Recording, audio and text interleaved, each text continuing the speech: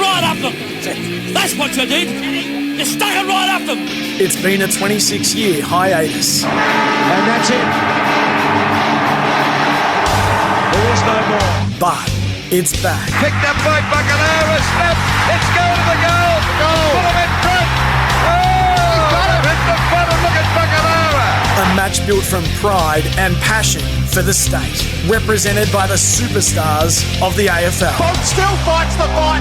Got it. Kicked it like a true champion. What a mighty performance that is from the Bonds. Cripps is gliding through to pick his second. There's nothing he can't do right now, Patrick Cripps. It's the Sandgropers. Jackson, Luke Jackson has kicked the goal. Cozzy, clean gather, snap, oh genius! The true genius of Cozzy Pickett revealed before us. Well, that was brilliant on 50. Turns around, kicks it long, brilliant. Taking on the Big V. Dangerfield underneath's going to kick his fourth. Danger shaping the game. Here's Sarong. Is this his third goal? Kick to an open goal. Sarong kicks his third. And that is a big goal. Dacos from 50 on the arc. It's a thumping drop punt. And as if written by the gods. Western Australia versus Victoria. Oh, what a game this is. The crowd, it's unbelievable here today. The 2026 State of Origin, live on AFL Nation.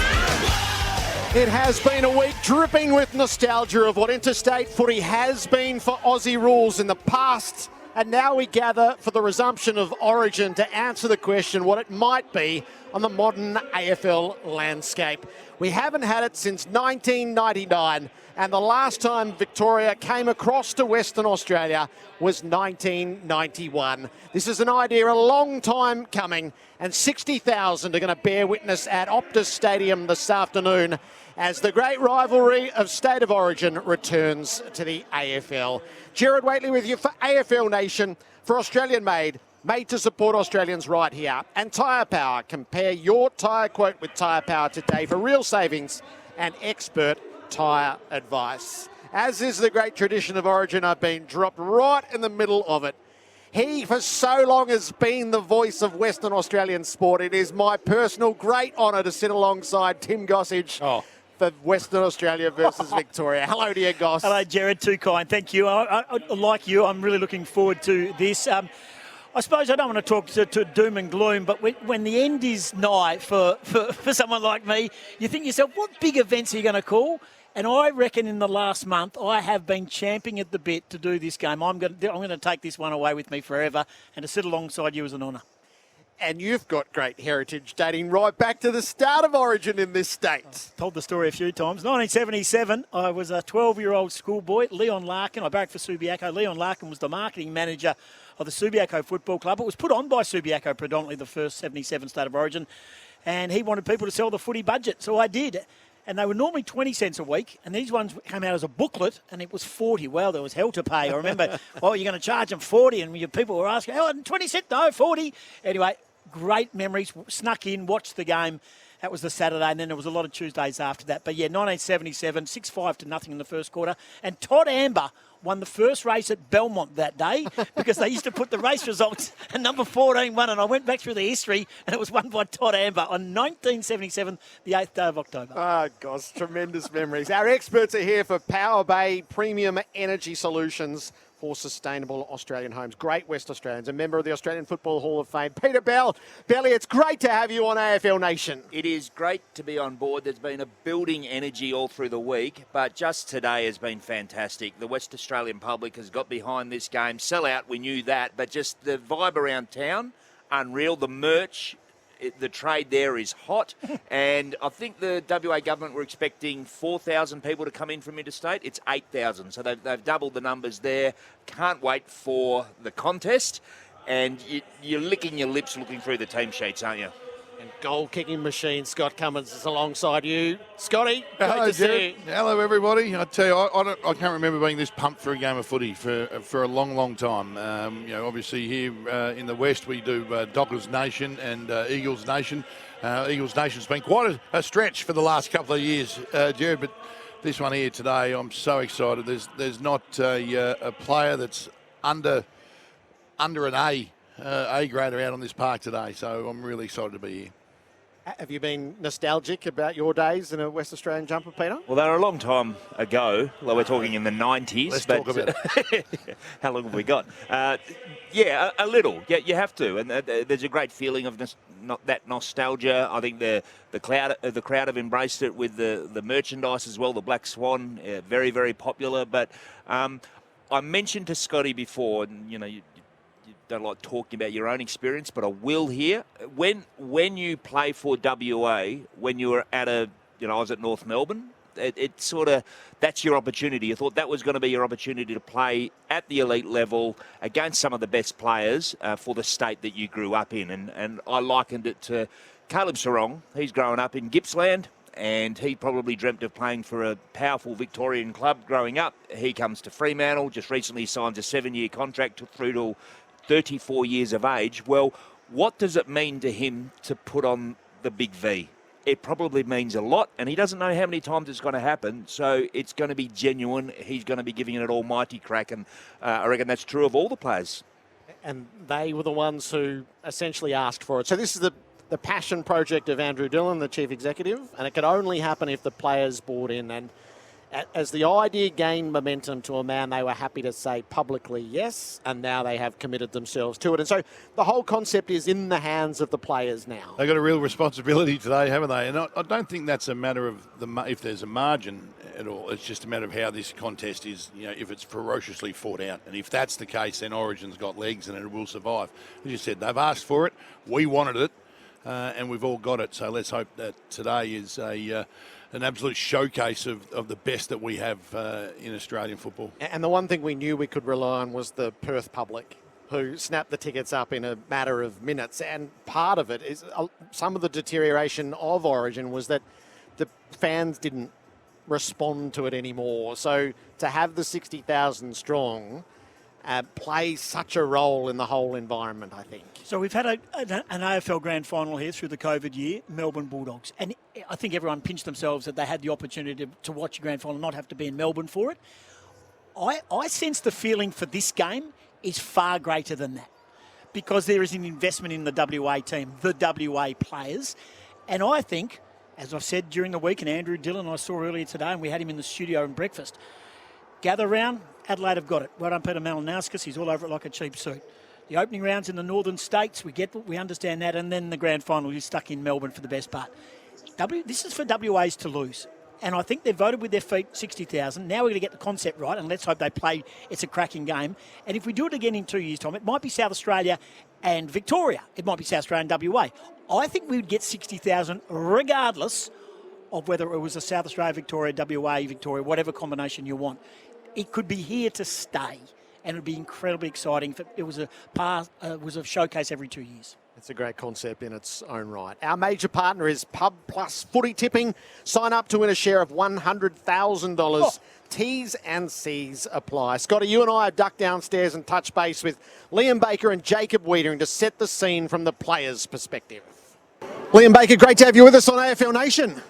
Thanks for having us, boys. It's exciting to be here. How are you feeling about wearing the state colours? Yeah, it's exciting. It's only really getting real the past couple of days, but since we got into camp, I'm pretty excited, and the boys are as well, so hopefully it's a good hit out. What is the sense of state pride knowing that there's 60,000 here to share in this return of Origin on West Australian soil? Well, if you know West Australians love West Australia, so we're pretty keen to, defend our home ground and put on a good show for our family and friends and the fans here. So it'd be nice to get a win today against Vicks. Can you put it to bed any speculation or any nerves that people have in the stadium that this is not going to be 100%? This is not going to be a all-in, 100% flat knacker sort of match? Well, we want to prepare for our seasons as well as play for our state. So we'll be going full noise. It'll be hot early, plenty of rotations. So the boys can go as hard as they can and still get a nice chop out. So we'll be going full noise today. Good weather for big boys, but I reckon we've got a bit of an advantage on the ground in WA. Obviously, Cossie Pickett, yourself, Charlie Cameron, who I'm predicting a big one out of Charlie today. Little boys can get this done today. Yeah, if we match them in the midfield, I think our forwards can get on top of them, kick the ball out to space and have those boys that you mentioned run onto it. It's a pretty tough day for the Vicks, but if we can get on our terms like that, it'll be exciting. But watching those boys play firsthand in the same team is pretty cool for the fans here to watch. What's your place in the scheme of things today in such a star-studded field? Where will we see you? I think I'm starting at the half-back line, but maybe a couple of minutes through the midfield. We'll see how we go. But, yeah, I'm not too sure. It's a bit of a chuck the magnets around and see how we go. But, yeah, I'm just happy to play wherever Coxie wants me to, but it's half-back at the moment. And in what you've done in camp, whether you've had those from the past come in and speak to you, what's resonated with you about the history of Western Australian football and what you get to be part of finally? The old timers that spoke to us a few days ago, it's about the passion that they had playing back in the day. We had Cuzzy in yesterday and just all us boys in the room, everyone's in awe of Cuzzy, so that was exciting. But I think that the gratefulness of being able to put on the jumper, like there's boys there, whether they played 10, 15 years ago that missed out or in the AFL now that have missed out, we owe it to them to put our best foot forward and represent our state. So that's the pride for me. And like I said, West Australians love West Australia, so we'll do our best to defend Optus Stadium. Well, let's hope it's a great afternoon. Good luck. Thanks for your time. Thanks for that. Thanks for having me. Liam Baker with us from the West Australian camp. We're going to sidle over and have a chat to Jacob Wiedering in the Victorian camp. Jacob, great to have you with us on AFL Nation. Thanks for having me, Gerard. Looking forward to running out in the Big V. Bloody oath. Can't wait. It's been a great 4 days so far, and yeah, hopefully we can put on a show, and Danger City's going to get that first stoppage done, and hopefully a goal. What's resonated with you around state pride or the opportunity to wear this jumper over these few days? Yeah, there's definitely an element of that. You feel the history of it. You listen to a few of the old guys talk about it. Gaz has been a terrific ambassador for the Big V, and I guess for us, we've just got to go out and do the state proud. That's families, that's our teams as well. So boys are really excited. A few nerves, obviously, but can't wait to get underway. And it's something that you were hoping to do. I remember speaking to you at some stage last year. This was always sort of in the back of your mind. If the chance ever came up, you'd love to? Yeah, definitely. For the most part, I think for the 25 that got selected, it was an easy yes. Guys would have represented the Victorian side in maybe juniors, under 12s, 16s, 18s, and to do it again at AFL level against some quality opposition and with some grades, it's an absolute privilege to play alongside Tom Stewart, Sammy Collins, Joshy Battle. I can't wait to run out with that back line. Do you feel a sense of responsibility with this game? This game has to go well. It has to be South Australia sitting in the waiting there, watching. They want to be a part of it as well. Do the boys take responsibility for the future of Origin? Yeah, there's definitely an element of that. I mean, for us, it's key to go out and do a job. Yes, it's a bit of entertainment for the fans, and you're not playing for sheep stations, but at the same time, you've got to do yourself proud, you've got to do your family, you've got to do your teammates proud, and the boys have been raring to go, and that's been the message. I don't think it's going to take 5 minutes or 10 minutes to get into the game. It's going to be right on from the first bounce. As a defender, how much, cohesion with your other defenders does have to be around your game style, because the ball's going to be coming and delivered beautifully? I mean, there's not a poor kick on the field. It's going to be lace out every time. Is it more of a shutdown type defensive role you play today, or will you still be looking for that seep off intercept mark style? Yeah, I think it's play to your strengths. We had a session on Thursday, and the coaches probably tossed and turned a little bit about how much coaching they needed to do, and that was sort of the message post-training was, they just sort of saw the cohesion and the chemistry straight away. So Sammy and I, probably more lockdown type. Tommy Stewart will try and free up a bit more. That's his strength, and I'm looking forward to Jack and Lockie off the half-back. So it's going to be a very good back line. Who are you starting on? I assume Jesse Hogan or Luke Jackson, whoever's the biggest down there. I'm looking forward to it. Enjoy. It's great to see you in the Big V. Will do. Cheers, Gerard. Jacob Wiedering with us on AFL Nation. So a couple of the players, Jacob Wiedering and Liam Baker, set the scene for us. Major event sport tonight, Origin in Perth. It's been a terrific day of horse racing, and in harness racing tonight, Superstar Leap to Fame headlines the Sportsbet Hunter Cup at Melton. Josh Jenkins is on duty. Josh, great to have you with us. Welcome.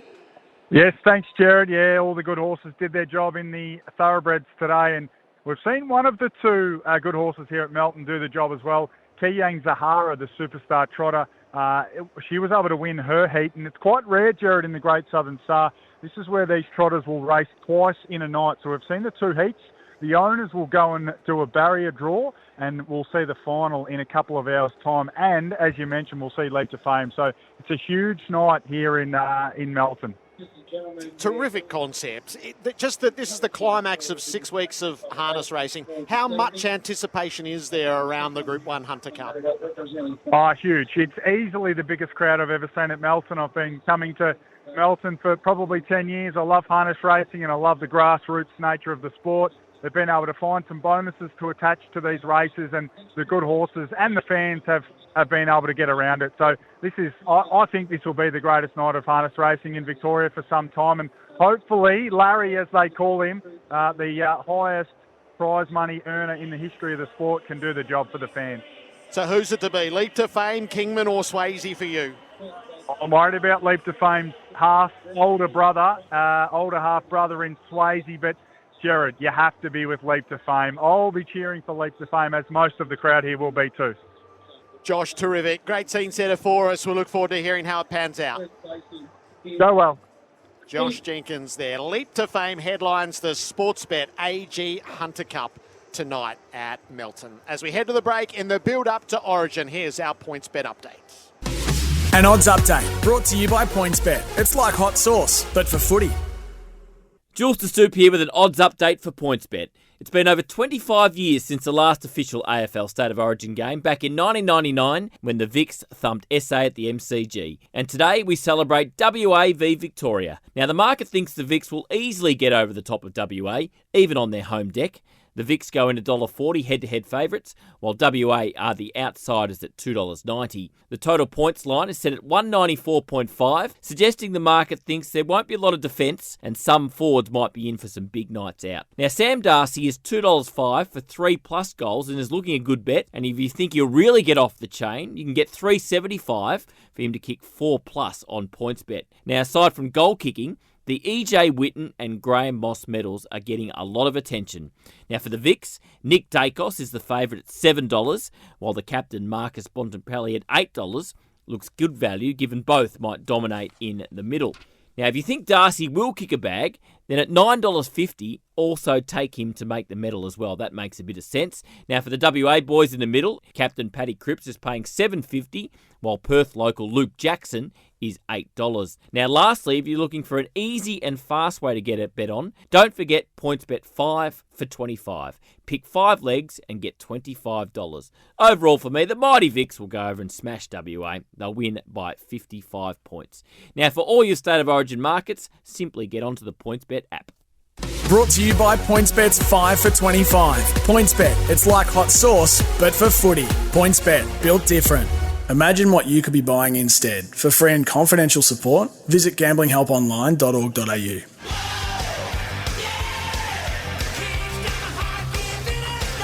The 2026 AFL State of Origin on AFL Nation for Australian made right here, and Tyre Power, your local independent tyre experts.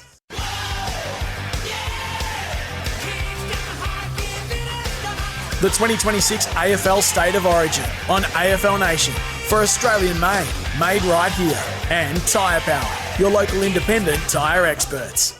A hearty chorus of boos grounded the Victorians as they were heading out onto Optus Stadium. The Flames and the Sparklers, a guard of honour of parents and partners and kids who are here to be part of the Victorian setup. And it's a team of champions like has perhaps never been assembled. 5 club captains, best and fairest, all Australians, Brownlow medalists, all-time greats, guaranteed Hall of Famers. You've got the generations meeting the banner holders, Stephen Burke, Bont and Toby together. Nick Dacos and Zach Butters, the banner holders for the future. Max Gawn, Sam Darcy, 2 of the Giants, separated by the years. And then lads who are going to play their whole careers likely outside Victoria. Anderson and Rowell come together from the Gold Coast United as Victorians for this event. AFL Nation for Australian made right here, and Tyre Power, your local independent tyre experts. Peter Bell, it's no wonder that Gary Lyon and Chris Scott have noted that perhaps never a better team assembled on a footy field than this. Yeah, I think they didn't want main training to finish. Such was the quality of the ball zipping around the oval during the week. And yeah, all Australians for fun, best and fairest for fun. Even, Brownlow medals for fun in that lineup. So just stacked with talent. I reckon, 13 of the 25 I've classified as inside mids, A-grade inside mids. So how well will they be able to adapt to other positions on the field? Probably pretty well, because the inside mids are the best players in the team generally, so they'll do a good job. But maybe that's something, Scotty, that WA might have in their favour. They've actually got some more position-specific players in their lineup. Bit of structure to the WA side, isn't there, where it's not going to be as you don't have to be as adaptive to play for WA at the moment, but with the quality of players too, when you look at that Victorian side, we've been finding an argument for WA all week, and we're so hopeful that we managed to pull off what most would see to be one of the greatest upsets of all time. But you just look at the quality out there and think, this big open ground, this ball, I'll be surprised if it hits the grass at any stage.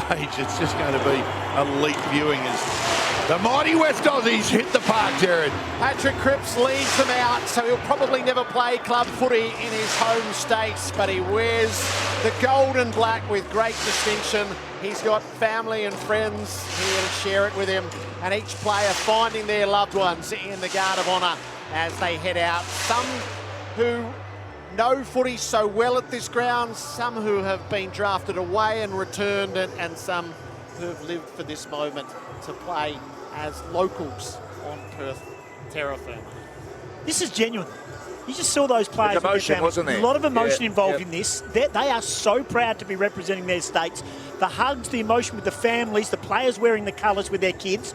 That is hair on your arms. I've got to tell you, I was watching Paddy Cripps, and he went up to his brother, his mum and dad, big hug and everything else. And again, it comes back to the Caleb Sarong thing that I was saying before. Well, here's Paddy Cripps growing up in Northampton, probably dreamt of playing for West Coast, probably.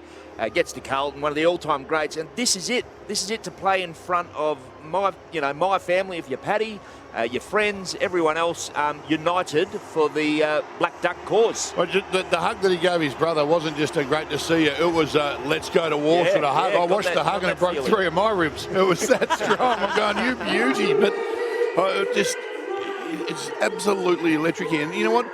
Any S&C coach or any senior coach who may have had a plan of managing their minutes or being careful here or not going there, I'd be absolutely thrown out the window now. The second these guys have run out through their family in the race there, they've had the team photo and now they're into it, and they're just starting to absorb the atmosphere of what's going to be an absolutely pulsating stadium, and they will go. Everything that was in the back of their mind of not being a genuine 100% contest is out the window now. For those listening on SEN Sync or SEN Stadium, Gerard, will know, but for those who are listening in their cars or whatever, the umpires predominantly wearing white. You beauty. It's been a long time. The black shorts, the grey socks. You know what we're going to call them now. And the same umpires that umpired the AFL Grand Final last year. So that's a bugbear for West Australians. Not one WA umpire. All Victorian. Bar one's already. That's a disgrace, Gerard. Doesn't seem fair. That's the one thing Victoria knows Western Australia will trade on is heritage and family, and they are braced for what might be a physical onslaught that's unexpected in February to sort of match that mood of it. If Western Australia, it's a bit like rugby league origin is. Queensland doesn't make sense a whole lot of time until you see them play and you go, they just feel it more than the other teams. Can Western Australia feel it more than Victoria? Well, I reckon they love going in as the underdogs, and they are truly the underdogs, and I reckon they'll come out swinging. You two have the best sports knowledge and of history and recollection of history than anyone I know, yourself, Tim and Gerard. Should I ask Gerard the question? I think you don't know what it is. I'm starting to go down a dark hole. I'm starting to get nervous. When did Victoria lose to Tasmania? Oh, yes. Remember that game they were supposed to win by 20 goals? The first team that came here in 1977 was the team that died of shame, slinking out of the state after being annihilated in the first quarter. So when Victoria has travelled and come a gutser, it has had a reverberating effect. This has got shades of Australia versus Zimbabwe in the T20 World Cup, you know. Victoria get rolled. We're going to dine out on this one for a long time, let me tell you. All right, the ceremonies and well, it's not a bounce anymore. The opening ball up of Origin tonight is played under new rules, so that's a little bit fascinating in its own right. Western Australia and Victoria coming up on AFL Nation next.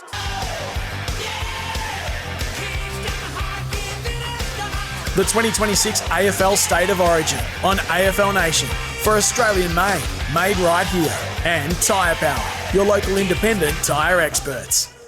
Parochial West Australian crowd in to see The Sandgropers against the Big V. AFL Nation for Australian made right here, and Tyre Power, your local independent tyre experts. Each West Australian player was introduced individually, the climax of which was the roar for Patrick Cripps as captain.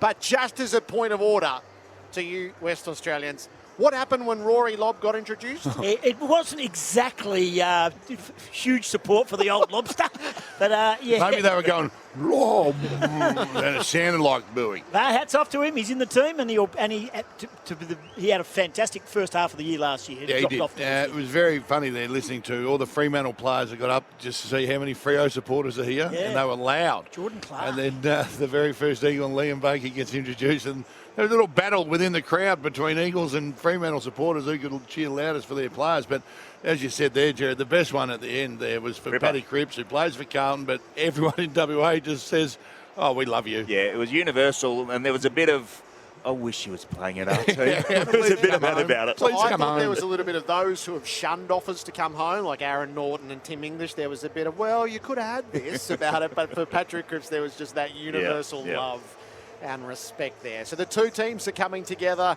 on the wing. There are giant oversized banners of the jumpers as we're about to observe the formalities. There's a decent breeze. It's mid-30s here in Perth, but the ground for the time being is shaded by a bit of cloud overhead. About half the ground will be in shade at the start, and it'll creep its way across as the afternoon unfolds.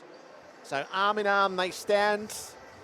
They'll know the anthems at the start. They've been crash course to learn the state song for the aftermath for one. A cheeky suggestion made there might be song sheets, hymn sheets handed out at the end of it all. But Ryan Daniels here. Origin, Amy, welcome you to Amy AFL Origin. Today we are part of something truly special, the revival of one of the great traditions of Australian football, AFL State of Origin.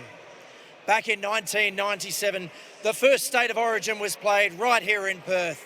Since then, this rivalry has delivered passion, pride, and unforgettable moments across generations. And now, after a long hiatus, the Big V take on the proud Sandgropers once again on WA soil. So let's make history together. WA versus Victoria. State of Origin footy is back.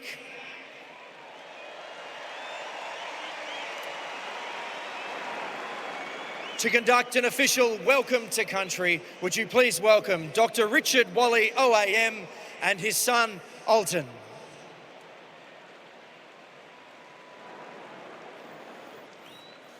Mamin janangala kopanye ngala buje wajak buje kopanye ngan mur buje ganye kop kerla mamin janangala yai lanak janangan wajak buje ngala mur buje weirn buje mamin janangala yai koren bau bodawan nak wot ko nak kalak nak buje nak mur mamin janang nak ngala kora mur nak kora mur janangan ngala yai kayawa. We ask a good spirit to keep everyone safe. This is called the Wajak section of the Nyungar language group. It's a spiritual place, a place where stories are told, stories are shared, and today we share another story. And at the end of our presentation, may the good spirit take each and every one of us safely back to our families. Mamen janangala kopenye ngala ngala buje kopen buje ngan mud buje gana kopenye.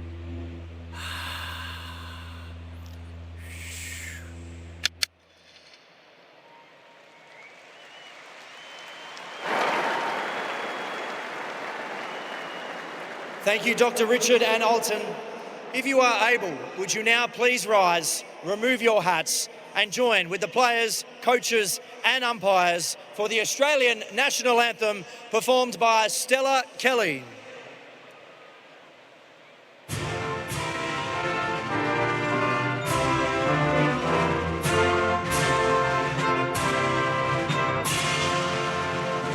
Australians, oh, let us rejoice, for we are one and free.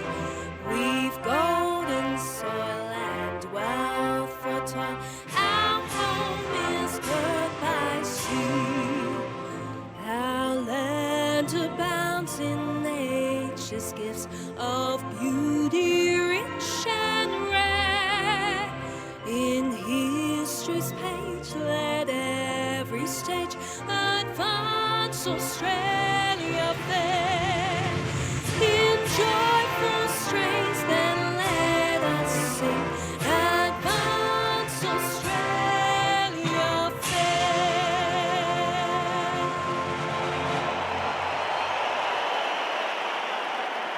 Unified by an anthem, but bitterly divided along state lines, Western Australia and Victoria into the last of the warm-ups. The champions of the modern-day game out in the middle, and more than 70 heroes of Origin past have taken up the AFL's invitation to sit and watch on the likes of Ben Allen and Mark Bairstow, Simon Beasley, Bob Beecroft, and all the way through to Phil Cronin and Ross Gibbs, Brett Heady, Alex Sashenko, Dwayne Lamb, great names of Western Australian football in particular. Peter Matera, who politely declines almost every invitation the AFL sends him, but this is one that he wanted to be a part of. Gerard Neesham is here, Byron Pickett, Laurie Richards, Peter Satori, Earl Spalding, Craig Starcevich, Peter Sumich, Scott Waters, John Worsfold, just to name a few. And Bill Walker has been sent out into the middle, Goss. He's going to toss the coin, and he's been given a great honour by Australian football later this year. That he has, Gerard, yes. A four-time Sandover medalist. He's already in the AFL Hall of Fame, but he's being elevated to legend status. It was announced by, of course, Richard Goyder yesterday. So you're a Swan Districts man. It's a great honour, isn't it? Yeah, it's huge honour. And I'm talking to a couple of the guys last night. Alan Sidebottom was having a chat with. They all had lunch at the Odin Tavern yesterday with which Bill and his son Greg own. And Bill's still working away there. He's still cleaning up plates and ordering people around, but he's absolutely revered at Swan Districts, no doubt about it, but revered in WA football too. He's a gentleman. He's an absolute superstar and just a fine human being. What an extraordinary record Bill Walker has, and it's one that we'll get to relive in the middle of the year. He's a small man, he's a rover. He kicked an absurd number of goals for a rover in that day and age. He was a shearer who came to town to play his football, and in a golden age, built a record that really is second to none. Victoria has won the toss. Marcus Bontempelli points to the right of our radio dial. Come on, Bill. That's going to the Rottnest Island end of the ground. 82% of captains always go that way, and 75% go on to win the game, so that could be the winning move. Have you updated those stats since 23? Just rolling with it until someone tells me I'm wrong. Just a lazy 12 best and fairest tossing the coin there between Bont and Cripper. Amazing. All right, what are you looking forward to, and who wins? I'm looking forward to the West Australian small forwards. Pickett, although I think he'll probably spend more time midfield. Shea Bolton, Charlie Cameron, who you mentioned, Scotty, and just wondering if the ball is going in there rapidly and frequently, can the Victorian small defenders handle them? Hardwick's going to be important, Sinclair's going to be important, but that's an advantage for WA, I reckon. Well, I think Victoria has better shutdown defenders and players that don't mind playing one-on-one, where WA pretty much has one in Sam Taylor. We know Barris, if he's focused on one-on-one, he can get the job done, but Lobb and Barris generally like to float across and intercept the footy. I just don't think you're going to get that much time. If you give space to your opponent today, the ball use is going to be that good, you're going to get hurt. So anyway, I'm tipping WA, Gerard, in one of football's greatest upsets. The return of Origin, the renewal of an ancient grudge. It's Western Australia and Victoria. You're with Tim Gossage. Darcy Cameron gets things underway. It comes out the back. They kick it forward now. Pickett received it from Cripps inside 50.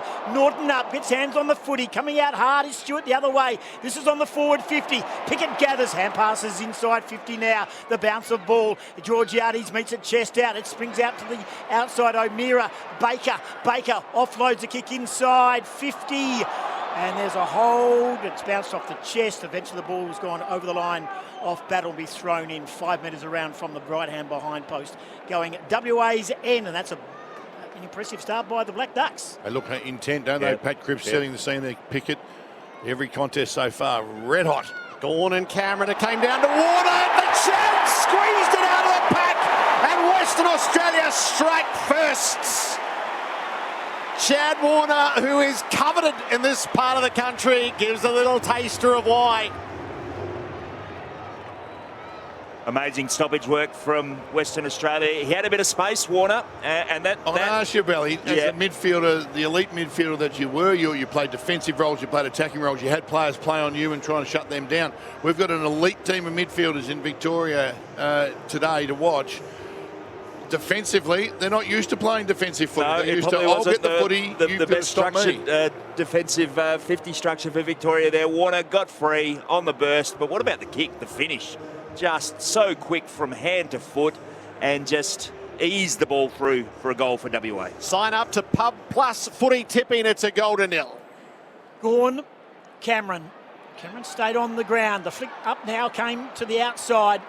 Over the top from Jackson to O'Meara. They combine a little 1-2. They go back again to Baker, coming off half-back.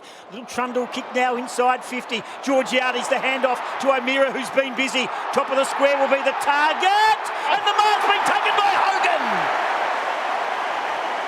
He got around the back of his Victorian defender, Wiedering. Snuck in. Liam Baker, O'Meara and Jackson have been busy early. And Jesse Hogan. We all thought the first couple of goals for WA would get the crowd involved. Well, Jesse Hogan's about to post the easiest. The Coleman medalist of 24. Rising star back in 2015. WA get the first 2 goals of the game. Shades of 77. 2.5 gone. And on the sign up to Pub Plus Footy Tipping scoreboard. Sign up to win out your share of 100,000. T's and C's apply. Here's Peter Bell and Scotty Cummings. Belly, do we just see the importance of Luke Jackson as a midfielder there? Yeah, he was involved. Followed up the footy, got a handball out, got it back again. He can just run, and if you're going to put a bloke of his size on him, can't go. Yeah, Liam Baker's the other one who started really brightly. 15 disposals. Am I reading this right? The Vic's yet to register a disposal. Yeah, they're all at sea. Very They've been early. here on holiday, Very early, Gerard. I They've think been you'll be out okay. great fishing. They've been drinking wine down at Margaret River. They're not fair. They fell for the old WA tourism. Yes, Bruce. we got them. Good on you, Rita. Not since England have we seen a touring side walk in so underprepared. 2 goals to nil. It's just what the spectacle required. Rucks go to work. Paddy Cripps is playing like he means it. Kicks WA to half forward. Pickets his target. It got past him. Bounces the way of Bolton. Caught with a footy. Stripped of it.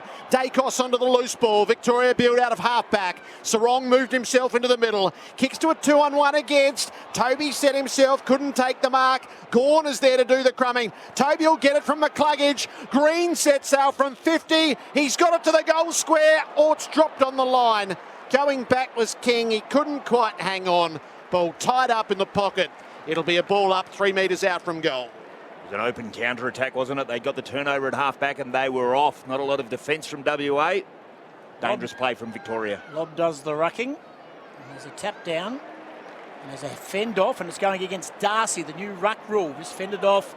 His intention probably wasn't the footy. Here's Lobb now. It's a darting kick outside to the far side. It's half the ground in shade, and that's where the ball is. Eventually it's rushed over the boundary line. We'll have a throw in. Left half forward for the Vics. WA going to the Nullarbor plain end of the ground. A couple of goals early. Well, that's just a first ruck look at contest. the new rules, yeah. I don't want to see Rory Lobb anywhere near Sam Darcy in play-to-play, but a ruck contest has to be okay. Cameron and Gawn lock arms. Cameron wins it down. There's Bolton. Little shimmy, then goes to Pickett, who swats it to the outside. Bolton gathers it now. Turns it back, kicks inside 50. Chaos ball. Wiedering's there. Took his eye off it now. Coming back. Ash does well. Wiedering, they steady. Stewart calling the crisis, and they flare it out to Battle, who goes down the line. They would just like to take a breath here, Victoria. Sinclair brings it inboard. He's got Ash, who's taken the mark. Dashing defender out of the Giants. Lays it up near the wing. A well-weighted ball for Sinclair, who followed it around. Highly decorated Saint. Started his career on the rookie list. Dangerfield gets his first look at it. On the outer wing, he winds up and gives the forwards a big look. King's the targets. And he stands like the giant of a man he is and takes the mark over Rory Lobb. We were excited when Jeremy Cameron came out of this side, Belly, until we said they're replacing him with Ben King, a 70-goal kicker last year. He's just getting stronger and stronger and getting more confident in his footy, Ben King. As the Gold Coast footy gets better as well, he gets getting delivered it better. And he's growing in stature as every game goes by. Noted for his accuracy around goal. Ben King, angle to the left, not severe. 40 out. King for Victoria's first. He threads it right over David Roden's cap. And the Big V are on the board. They got jumped. It's 2-1. AFL Nation for Australian-made, made right here. And Tyre Power, your local independent tyre experts. No science to it, really. Danger just wheeled and got it in deep. Sam Taylor was doing a good job on Darcy and got him out of the contest, but King on lob took a really good contested mark, kicks truly. 6 zip clearances WA. That's where they had that early ascendancy, so the Vic midfielders will want to get to work. You got Taylor on Darcy, and just trying to find the match up there with Rory Lobb on King. I'll be putting Barris on onto King and getting Rory Lobb the third forward, but leave him on Ben King. See how many or how long that lasts. Unlimited rotations, 12 just made, then 6 apiece. Changes galore. Anderson. Hand pass to Sarong. Zigs back through the middle now. Fake hand pass and then kicks it long. Again, jets it inside 50. Lob goes back with the flight. Punches it off. It goes towards Broad, who ushers it over the line for a rush behind. And the Vicks move to 1-1-7. WA 2 straight. 7 gone. The Vicks have steadied. Someone like a Nathan Broad, really important in a game like this. Like Broady's been a great player for a long, long time, but just someone who knows how to get a job done and will not try and be flary and just do what he has to do. Jordan Clark kicked it in long, and then the battle of the Brownlow medalists. Rowell brought Cripps down and forced the turnover. Gunston brings Victoria forward through Sarong. Lays it up inside the 50. A perfectly weighted ball for Holmes to run onto. And he will go back out left half forward and take the shot at goal. Excellent composure from Caleb Sarong. Not that the crowd's giving him much reward for his good play here at Optus, which is unusual for the Fremantle player, but it was a beautifully weighted kick to Holmes, who was running hard as per usual. Max Holmes with a long-range shot at goal. Right foot, drop, punt. He gave it a look, pushed it late, pack flies, punched through. WA had numbers at the front of that. 1-2-8 Victoria, West Australia, 2 straight. We've gone 8 minutes. Short kick in to Baker. Clark provides the run to Archie now with the Crows. He dropped the mark, the premiership player from Brisbane. And the ball goes over the line and out of play. Victoria lock it in at left half forward.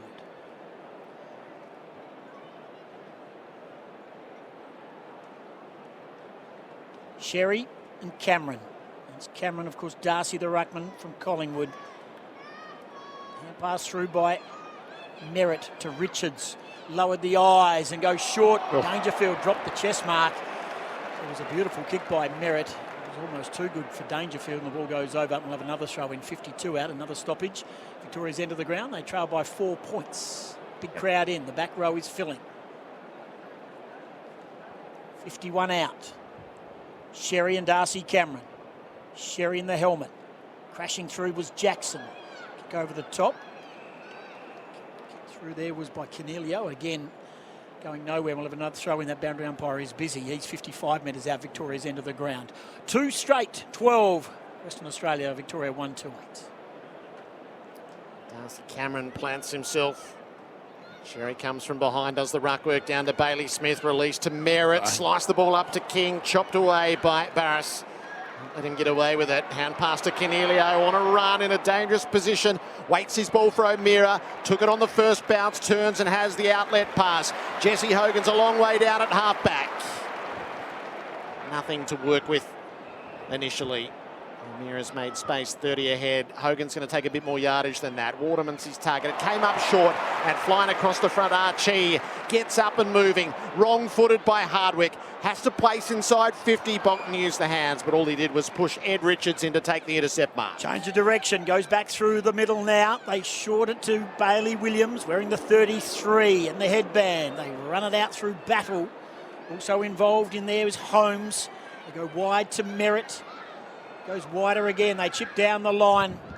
This is a good run from the back by the Vicks now. Far side of the ground. Terrific running. There was Dacos. Why they boo him, nobody knows. He's a superstar. Squares the ball up on the lead. Almost tunnelled underneath. I think it's a free kick. It is. Yeah. Been a really good 3 or 4 minutes for Victoria, hasn't it? They've dominated the last little sequence and hard running. And that time it was a wonderful kick to Green, who drew the free kick. Toby Green line up for goal. Hand on the shoulder was against Lawson Humphreys in replay. Flexing that leg though, Toby Green, and it's the last thing GWS need is another Green going down with an injury after the news during the week. Toby Green, chance to put the big V in front. And he has. The Vics go back to back. They take a 2-point lead, 2-2-14, WA 2 straight. Sign up to Pub Plus Footy Tipping. Scotty Cummings, Peter Bell in expert commentary for Power Bay, premium energy solutions for sustainable Australian homes. You know, WA need to get their defensive set up right, or their willingness to run defensively. There's a couple of players there that I was watching, and Jago Mira just allowed them to go. Trent Rivers allowed them to go on an effort just before that wasn't strong enough defensively. When you know the footy game's brought into threes, and the old school valley where when you've got the ball, when you don't have the ball, and when the ball's in dispute. And I just get the feeling that whichever team's better when they don't have the ball defensively will get on top of this game. And at the moment, that's WA's been poor at it when Victoria's got the ball, and they're too good to not be pressured. Tossed up in the middle. English won the tap down to Cornelio, off to Warner. WA up to centre half forward. Stewart set himself. Made the spoil. Ground ball to be won. Richards is in and after it. Kicks it out to the wing. Bit haphazard. Bradley Hill in pursuit. Ball will go over the boundary. Last disposal. First time we see that. So Hill takes the free kick quickly. Gives it to English. Checks his kick inside. Not a great effort. Collins dropped the intercept mark. Ash, though, tidied up for him. Hugh Sherry on the way out. Hand passes to Tom Stewart. Kicks the Vics out to half back, and Gunston's on the long lead to take the mark. Has the pass that he's looking for inboard. Butters links it up with Dacos and back to Butters. It was sleight of hand. Butters just took him on. Ran the gauntlet. Got caught. Stripped to the footy. Big turnover. Charlie Cameron through the 50. WA goal. Oh, there's a bit on in the aftermath too. The Sandgropers have gone for Butters, who was lairising and paid full toll. The scrap is on. And that will set some pulses racing and get the music playing. A bit of Country Roads comes to Optus Stadium in Perth. Doesn't matter what you say. It doesn't matter what you want to see. It doesn't matter how you feel about it. Any crowd of football, when there's biffo, is the loudest they'll ever be. They love it. They love seeing a little bit of mind games, because that's what it is. The physicality now is a mind game at the end of it, because you see, righto, who's going to hit the ball hardest next contest? I've just come for you. I've attacked you physically. What are you going to do next contest? And the quality of an elite small forward. Charlie Cameron had options, but you know what? He just took ownership of it, and that's what you want from an elite small forward. I'm going to kick the goal, and he did. Norton laid the tackle, credit to him. He forced the turnover. Our experts for Power Bay, premium energy solutions for sustainable Australian homes. Scott Cummings and Peter Bell. It's WA by 5-4. Back in the middle. Bontempelli, Dacos. And there's Butters. Didn't waste any time. This time threw it straight onto the boot. Inside 50, King juggles and marks. Opposed to Lobb. Now they go in after Rory Lobb. And yes, Toby Green's the first one to join in the verbal chorus. And they'll line up for goal. This will be a great response, but Zach Butters didn't take long for the penny to drop. That's what you love about Zach Butters. I'll learn. He just gets on with it. That was crisp centre square work from he and Nick Dacos. So King lines up for goal. Already kicked one. So a chance to be the first multiple goal kicker in Origin 26. He's put it through, easy as you like. It's been a handy replacement for Jeremy Cameron. And the Vics are back in front. State of Origin 2026. It's got it all so far, been a high-class game. And the Vics have taken, again, a 2-point lead. Yeah, well, two big contested marks for Ben King. And he's off to a flyer. Great work from the Victorian midfielders into a pretty open forward line, and yeah, King just too good in the air for lob. It was a one-on-one contest, and Barris comes back out onto the ground now. 2 goals in that first quarter is enough for me to say move him. You want the switch already? I want the switch already. And Barris is going down to the goal square now to take him on. Good. Yep. And Rory Lobb will now take Gunston. Yeah, third forward there. I don't mind that. 2 goals too late. AFL Nation for Australian made right here in Tyre Power, your local independent tyre experts. A lot of movement in the middle. Dacos released the footy under massive duress. McCluggage, and he'll give away a 50-metre penalty after Warner was given the free kick and the Vics didn't return it.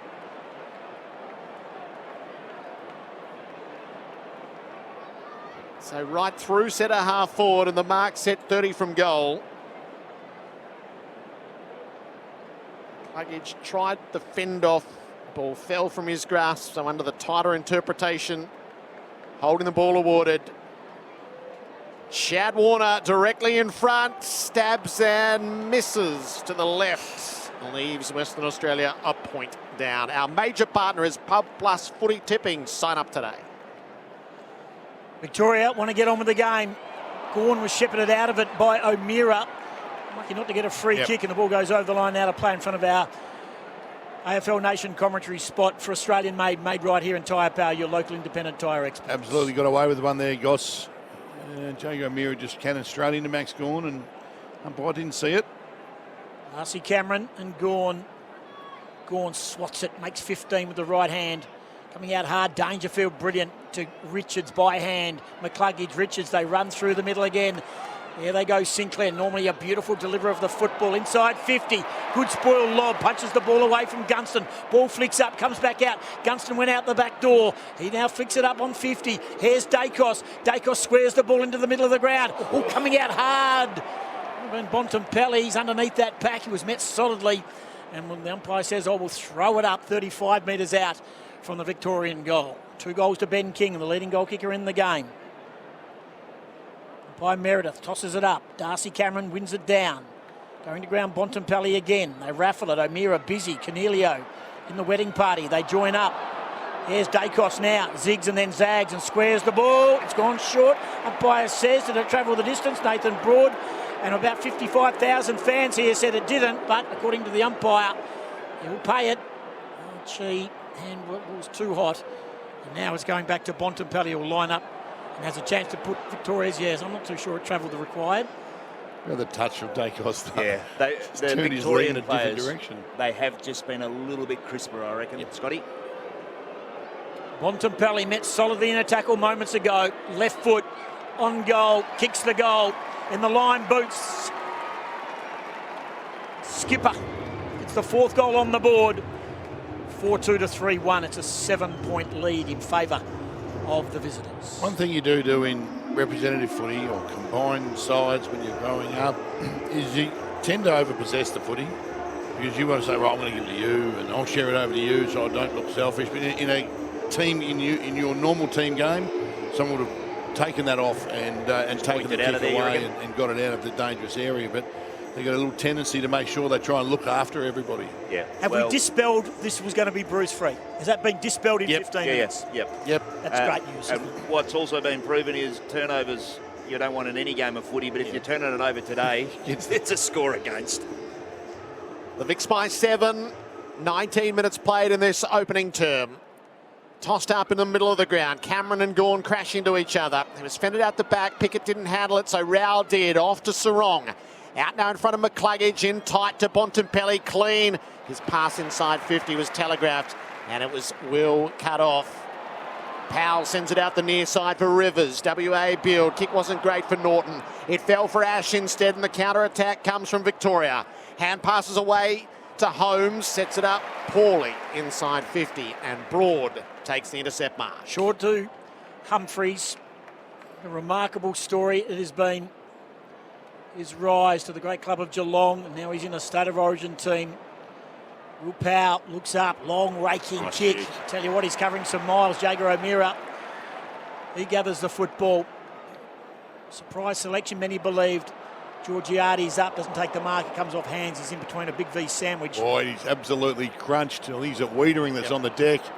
He looks in all sorts of strife here. Ribs as we take a look at the replay. It's Collins. He's gone underneath him, but bang, fell right on his ribs there, the right side.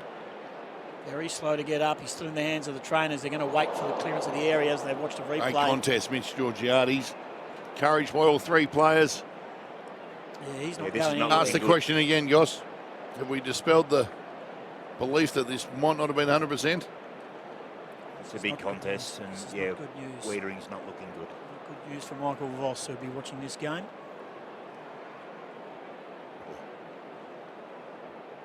Not going to speculate on what the potential injury is. It looks like we see that he lands on his ribs, but they're assessing his neck there at the moment as well. And as he was on the ground, it was the left arm was out flat, and he barely moved. This is going to be a long delay as they probably bring out the motorised buggy. 4-2-26 to 3-1-19. We've gone 21 minutes. 2 goals to Ben King, singles to Toby Green, Marcus Bontempelli, and all singles to WA. The first of the game, Chad Warner, Jesse Hogan and Charlie Cameron. Just quickly, if you're interested, Jager O'Meara has won the most footy to this point of the game with 7 disposals. Dacos Richards with 6 and 5, Lockie Ash 5, Caleb Strong 4. Were you somewhat surprised Jager O'Meara was selected? A little, but I think his flexibility to play a number of different roles and maybe just a recognition for a long career and being a real strong character in the game. Does it go back to that?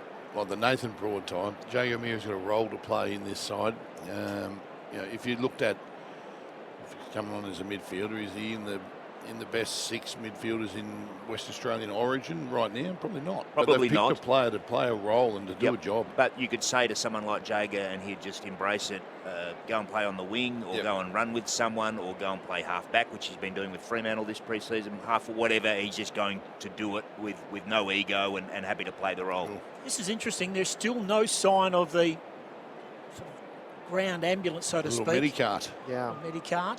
The gate's open for it to come out.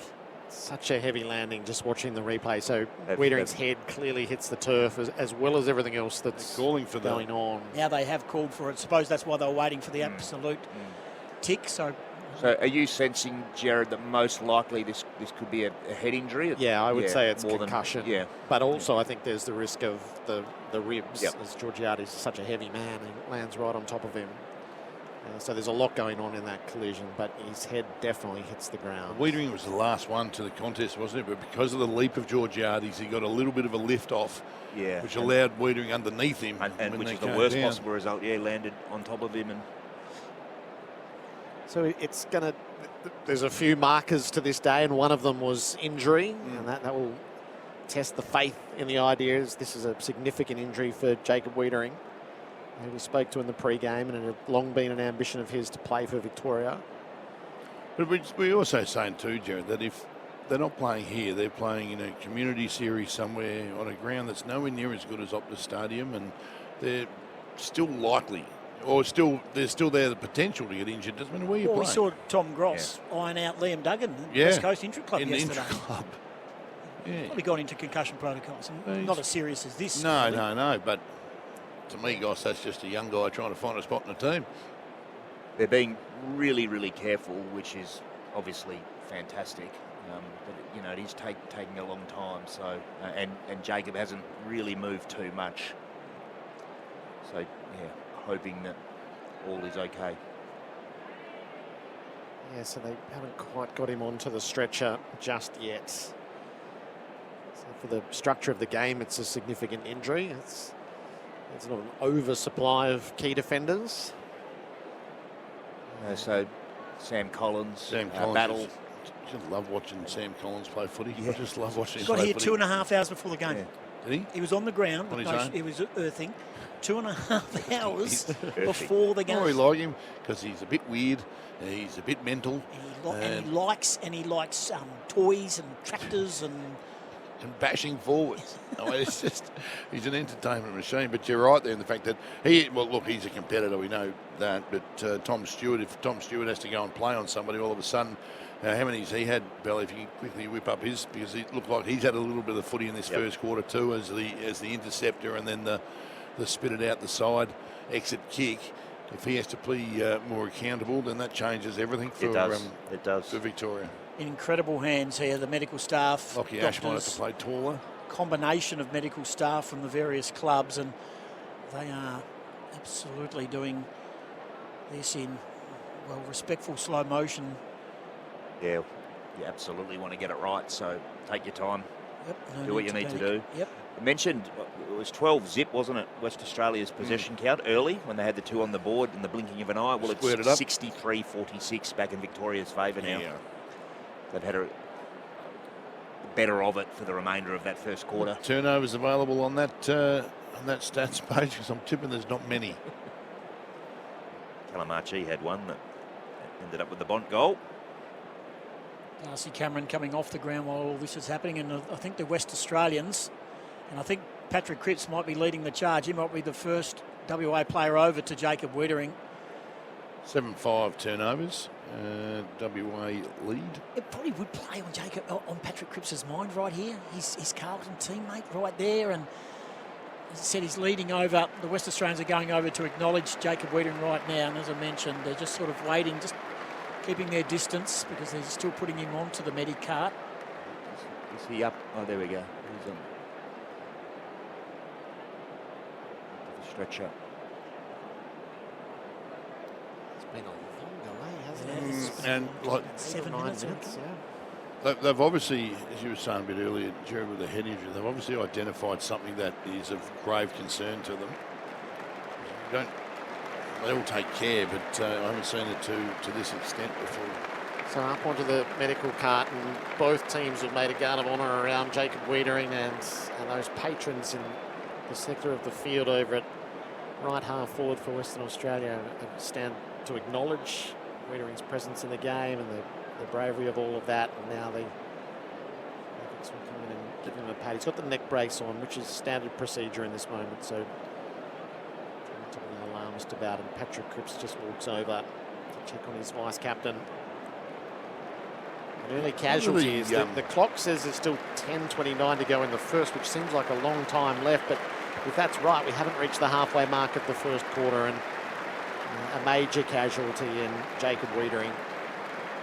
He'll be driven all the way across Optus Stadium out of the game. So it's February 14. Carlton's first game is March 5. It's the first game of the season against the Swans at the SCG. Wiedering is talking to the doctor as he leaves the field. One of the, unfortunately, it happens after a serious incident like this, but one of the beautiful things about our great game and our supporters is, 1 second there, while Jacob Wiedering's playing, they're after him. We don't want him to play well. And then when they see someone get injured like that, there's a respect from the fans.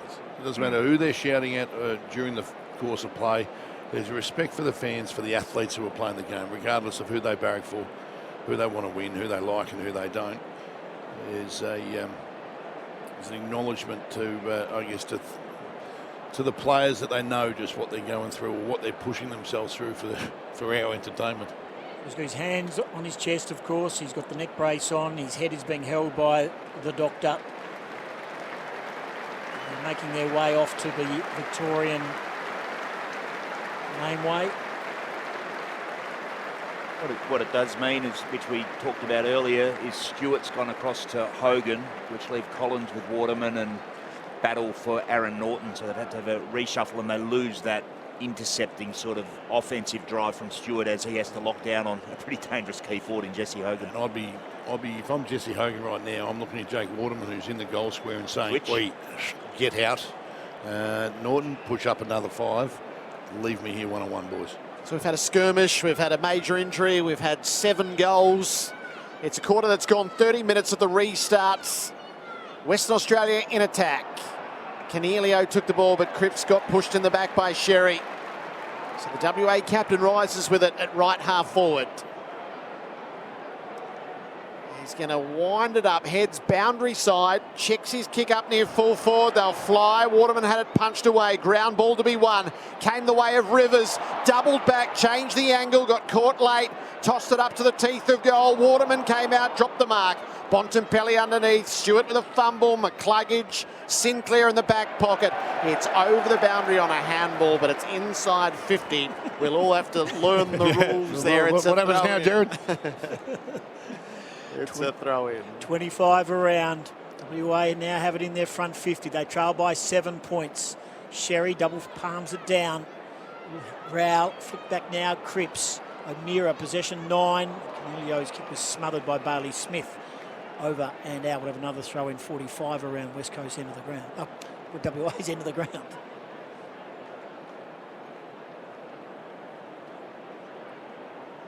Tim English, Tristan Sherry, shallow throw in, and there's a hold. It's going to go Sherry's way. English was always caught on the back foot. They play on, and Ash loves to dash outside 50. It's a penetrating kick across the middle, and it's got the carry to reach Holmes. It might be the last WAC of it. Kick up to full forward. Darcy, almost. He's on the ground with the footy, but he didn't quite hang on. They pile on top and force the ball up. It was almost like, remember Odell Beckham? Yes. The take that he took, it just put the 1 mid up Sam Darcy and nearly brought it in. Guided it down near his tummy. He just couldn't hang on. Rowell underneath the pack, had it ripped away. Baker for Western Australia. Out to Barris, had a fumble. Used it well enough though to Cripps. Fed the hand pass to Baker, bit of a hospital ball. O'Meara overwhelmed by the pressure. There's the turnover. Rowell works it around. Merritt sends it to full forward. WA had the numbers when they made a meal of it. Darcy fought the good fight. Hand pass to King, kept it alive. Sarong with the snap, didn't get enough on it. And English is goaltending. He does. He takes the mark, and again Clark now has it right back pocket for WA. Again goes to the far side. Good kick, and Jackson double grabs it, which he's prone to do. They want to play on here. Got a problem. He sold a teammate into trouble. English did well, but his hand pass was knocked down. Cornelio now has to fight the fight. Holmes has got busy in the last couple of minutes. Tumbles the ball inside. It'll just go over the line and let us throw in. Again, the fans not quite as sure about what that lasso means, and we're going to have a throw in. It's 25 around on the Victorian goal.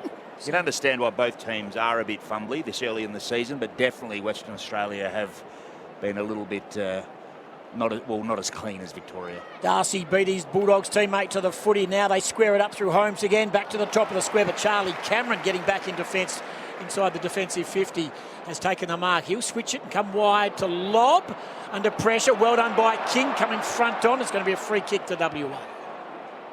And Lob's ball. AFL Nation for Australian made right here, and Tyre Power, your local independent tyre experts. 26 plays, 19, Victoria leading.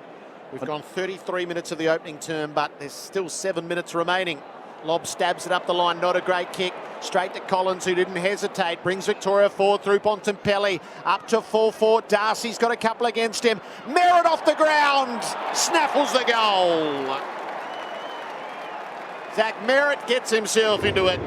And the Vics build the lead to 13 points. The sign up to Pub Plus footy tipping scoreboard, 5-2 to 3-1. Well, that was interesting because, I mean, it was a poor kick from Lob, but Victoria were really well set up for the long down the line. The WA players had spread over the entirety of Optus Oval, but Lob chose to go down the line. And yes, it was also a poor kick, but Victoria were just ready to pounce and turnover. You don't want Bontempelli kicking it inside 50, do you? No, and it was, look, he got himself in trouble there, Lobby. It was touched off the boot, but still, it wasn't the right option. And where WA have hurt them in the past, in this first quarter, is by spreading the footy and letting him get out and letting him run. And that's what West Australian football is all about. And for Rory Lobb to play into the hands of Victoria there is pretty costly. All up in the middle, Gawn. Taps it to the backside, Butters. And pass to Dacos. Comes to the outside, Anderson. He's waiting on the run of Butters. Sold Rivers up the river. There's the kick inside 50, getting across. No mark taken by Clark. Goes work to recover. Coming back to Hill. Took his eye off the footy. It's all happening. 25 out. Victoria have numbers. They get the ball back. Here they hand pass again. Under pressure. There's a hold on King. Does he get a free kick? No. Hand pass coming back. Well done by Cornelio. Cool in the crisis. Outlet hand pass to Powell. Powell kicks down the line to Archie. Juggle mark. Just backward of right centre wing for WA. Dual premiership line, who's now a Crow, hasn't played for them yet. Gives it to Bradley Hill on the way past. Up to half forward. Stewart made the spoil over the top. Knocked it away from Shea Bolton and out of play. I get the feeling in that, I know they've kicked one there in the last probably 5 minutes there, Victoria, but I think WA have either, I'm not sure whether they've done well to get out of trouble or they're just hanging by a thread in that forward 50. It feels a little bit like hanging by a thread. Yeah. 30 degrees in Perth. This portion of the ground's in bright sunlight. Cornelio with a secondary tap. Away to Hill and off to Bolton. Didn't take possession, so Dacos just ripped it away from him. Centering ball's a good one to Richards. Norton, his teammate, holds him up. His club teammate at least. Off to Holmes providing the run. He's gone for Anderson on the wing in a one-on-one. Rivers brought it to ground. Toby Green's the extra there. Rode the tackles, put it out in front of Anderson to run onto. Has options inboard. Flicks it on to Merritt. Couldn't get the hand pass away as Warner charged him down. And Clark is onto the spilt footy. Puts it through Waterman, who's dad captain WA. Waterman bangs it forward. Now Collins is set. Charlie right. He mistimed it all. I was there. Just went a second early. Free kick went to Collins. He goes short to Battle. Runs the boundary line. The only thing we're missing at the moment, isn't it, is someone standing on shoulders and taking an absolute beauty. Hardwick comes inboard to Bailey Smith. Long searching kick inside 50. Barris, as he always is, underneath that pack. Power left it behind. They get it now inside 50. Under pressure. Strong tackle. Does the umpire see it? No prior. Free kick not given. Hugh McCluggage to the one Victorian inside a Sandgroper sandwich. Ball up, right forward pocket for Victoria. They lead by 13 points. Boundary line in front of Butters, who's got busy. Dacos likewise.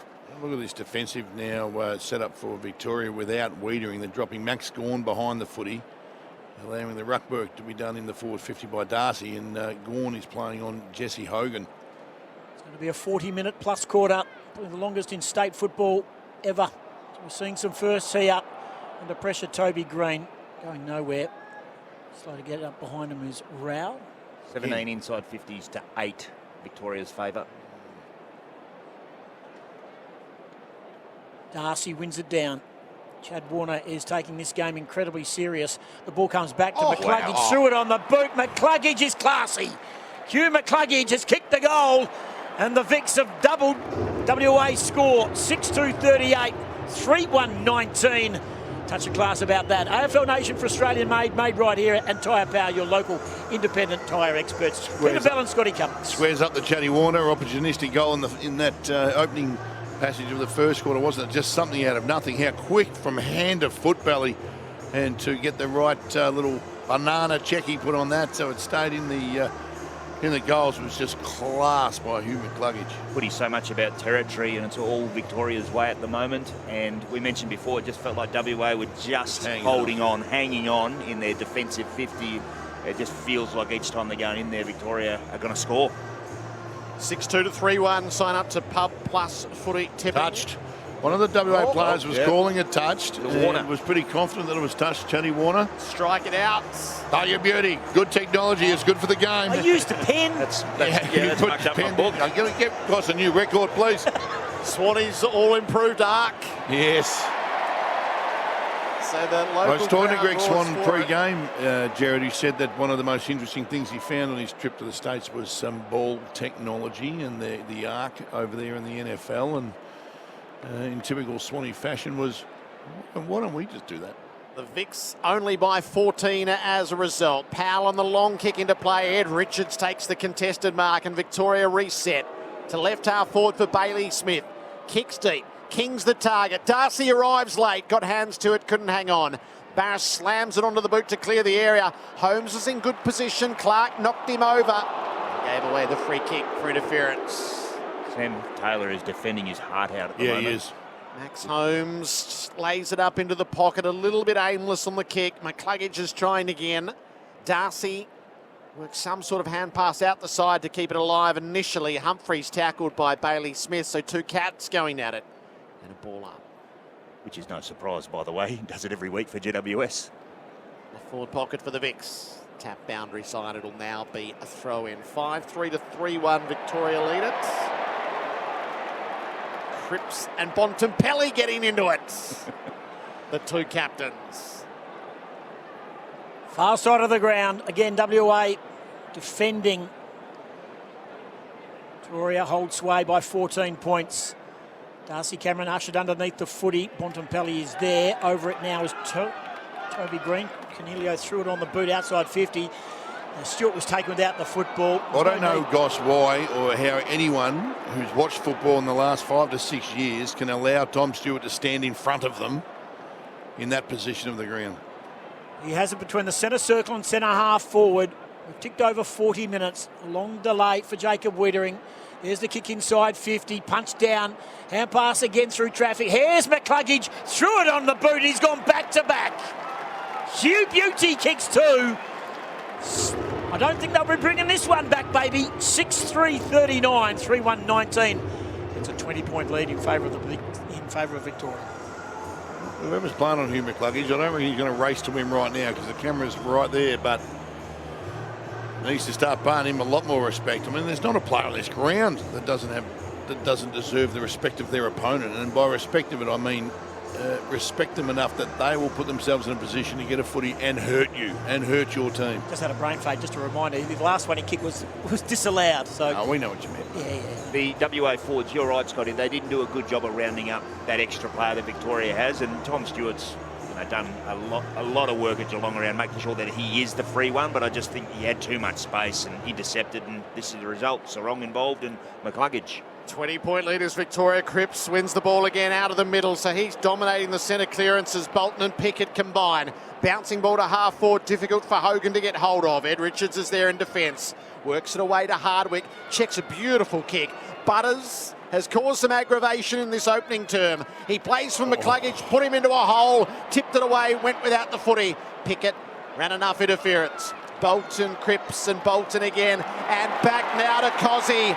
Pickett flopped the kick horribly inside 50. What was that? Bolton handled the chaotic ball. Stewart charged down by Hogan, back into dispute. Warner releases the hand pass. Cornelio couldn't get loose. Collins hangs on for dear life and wins holding the ball. It was a great tackle from Sam Collins. I reckon Cornelio was going for a bit of ball security there and said, I'll just absorb this one. Umpire said, no, you won't. Sarong, switch of direction, goes to the far side of the ground, and the Vics have the overlap.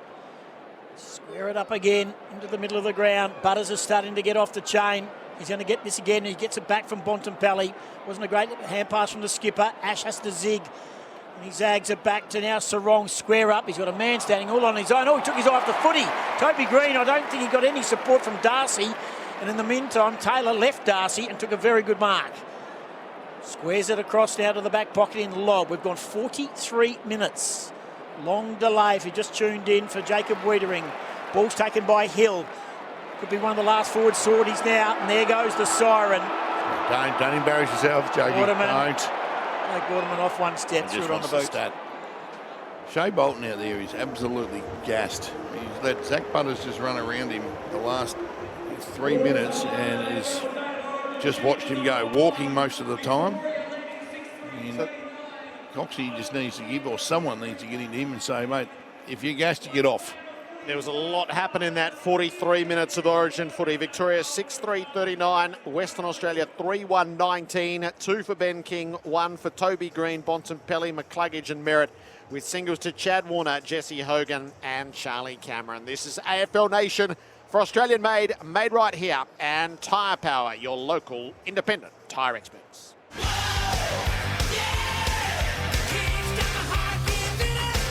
The 2026 AFL State of Origin on AFL Nation for Australian made right here, and Tyre Power, your local independent tyre experts.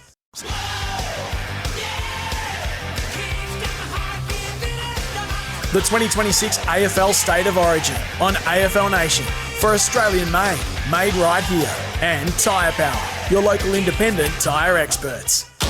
Macca's, I'm loving it moments. The El Macco is back at Macca's. Vaughan and Cameron, it came down to Warner. The chance squeezed it out of the pack, and Western Australia strike firsts. Butters just took him on, ran the gauntlet, got caught, stripped to the footy, big turnover. Charlie Cameron through the 50, WA goal.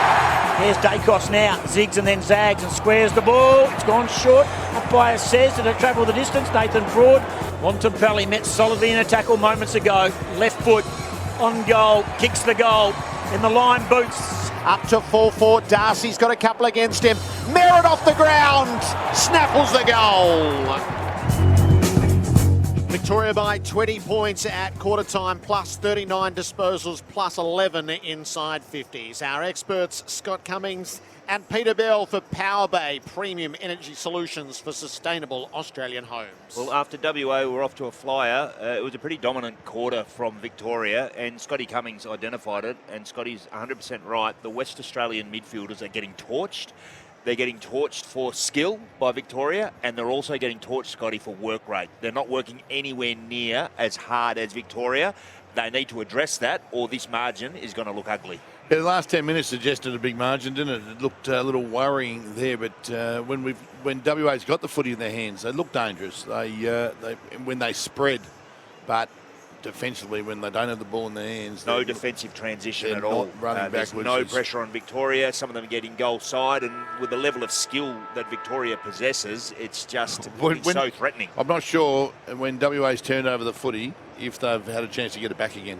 I think they've been scored on every time, so they've just got to clean that up. And but I'm really enjoying the work of the skipper, Paddy Cripps, in the middle. He is the one sharking the taps from Darcy Cameron and English and getting it out to that the sweeping midfielder on the outside. He's leading the way around stoppages. I think he's an inspirational leader. You run out of good things to say about Paddy Cripps, but I'm loving watching him. Enough support, mate. And in Victoria, Merritt 9, Holmes 9, Sarong 8, Richards 8 as well. Just weight of numbers. You said before the game about midfielders finding a new position or being able to adapt to playing a different position. I think Zach Merritt's doing that beautifully. He looks really dangerous down there in that forward line, and a guy that doesn't spend a lot of time down there because he's got to have the bulk of the work around the stoppages for Essendon, but he seems to be one that's adapting well and enjoying a little bit of freedom in that forward 50. Yeah, I like this. Sorry, Gerard. I like this move from Dean Cox. Liam Baker's gone in there into the midfield because the other midfielders in the first quarter weren't getting it done. Victoria hatched a sneaky plan to go small at the start of the second quarter, and they're coming forward. Sarong, Gawn, Butters all combine onto the chest of Gunston. So they're the small brigade inside 50. Bontempelli, Merritt, Dacos and Dangerfield are the deep targets. Shallow to Rowell, who tosses it up. Bontempelli overhead. Spoils are made. Barris underneath. Loose hand pass. Dangerfield gathered it. Got mown down by Baker. Still kept his wits about him, Pat. Held the footy. Wore the contact. Most of it was high. We'll take a shot at goal. Belly, one thing that I think looks troubling is that WA is obviously going for a team defence on the big boys of King and of Darcy. So 3 are flying, and it's coming to the deck and leaving 2 Victorians outriders just free for the footy. So if you're going to fly, if you're going to go to the team defence, they've got to kill that footy. They've got to get it out of bounds and smash it. All-time great Patrick Dangerfield, right of centre from 40 all the way across the face of goal. That's his floor, isn't it, Gerard? And he kicks it behind. Victoria by 21. That's the beauty of Sam Darcy, although he hasn't been an influence from a scoring or contested marking perspective in this match. He draws a crowd, and that means you're outnumbered on the ground. 8 seconds to bring the ball in now for the designated kickers. There's the kick to the wing. Jackson took the ball to ground. You've got an arm chop or a shepherd, and it's going to be a Victorian free kick. Everyone ran forward WA's way. Richards knew that he'd been blocked. He gets the free on the wing. Pretty good, Richards, defensively. Short Sweeping around. Sarong. Had it one-handed, took the bump inside 50 and turned it over. Barris takes an uncontested mark on the defensive line. Pick it with a late bump. That's in his repertoire. Got away with it. Yeah. It's only a matter of milliseconds, isn't it, between right and wrong. And the premiership on this deck, of course, with Melbourne. George Hardy's terrible. He was off. He was zigging to the left when he was trying to kick to the right, and he turned it over. It's come straight back to Gunston. He goes short, and Dacos will mark. You're not getting it back. No, well, that's an absolute gift. Mitch has had a howler. You see that any weekend. Hand. Yeah, any weekend you'll see that. If you're turning over the footy around the wing or at half forward, all your team's taken off. They've left.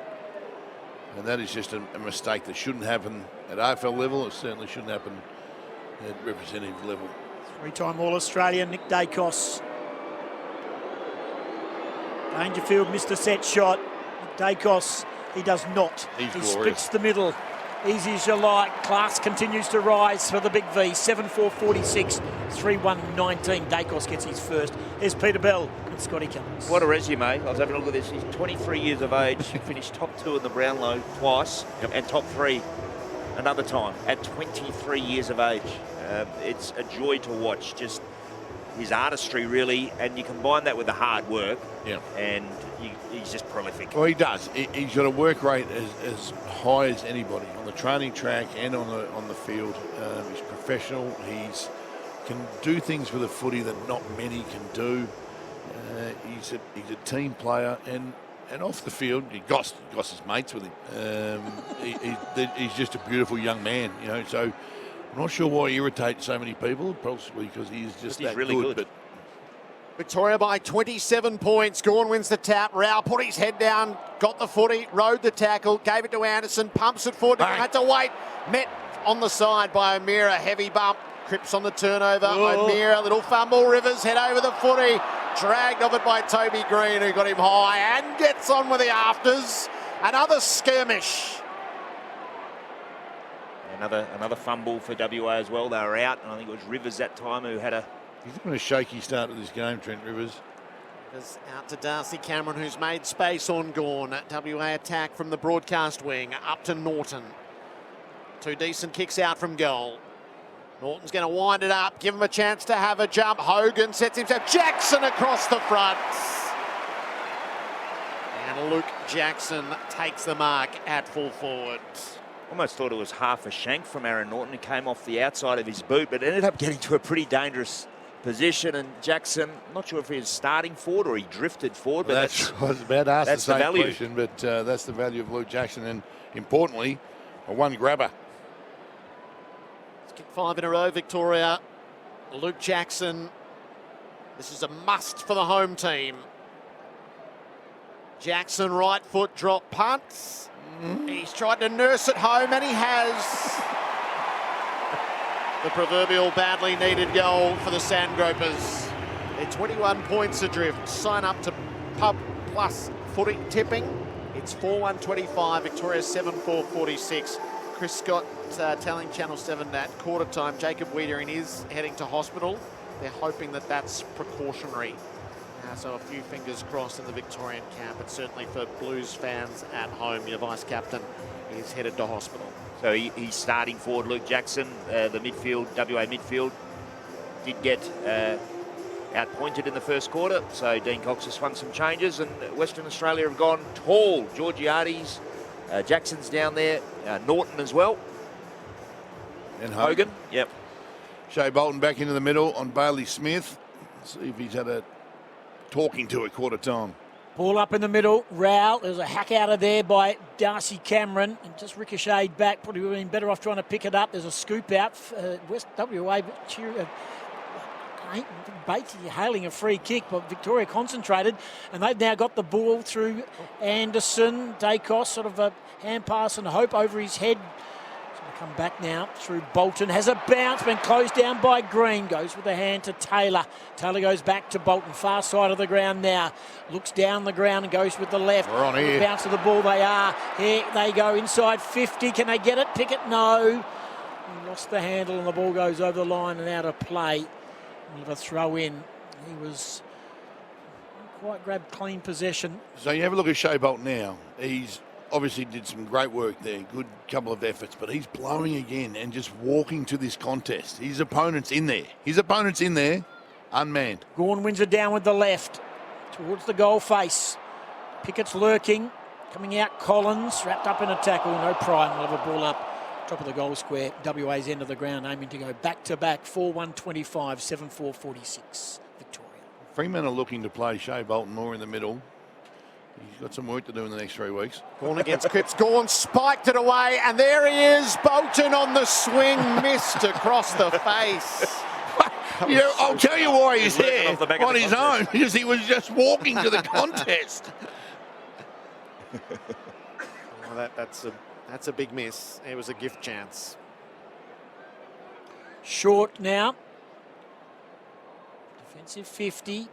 Holmes.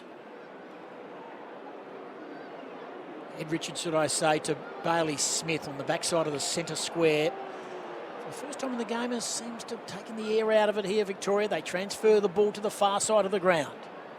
Anderson goes down the line to himself because he's now got the ball.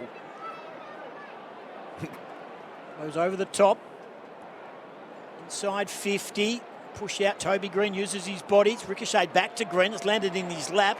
Ricochet off, unintentional. Ooh, no, it's a that's lasso. out of position. Yeah, it is. The last kick or handball in between the arcs.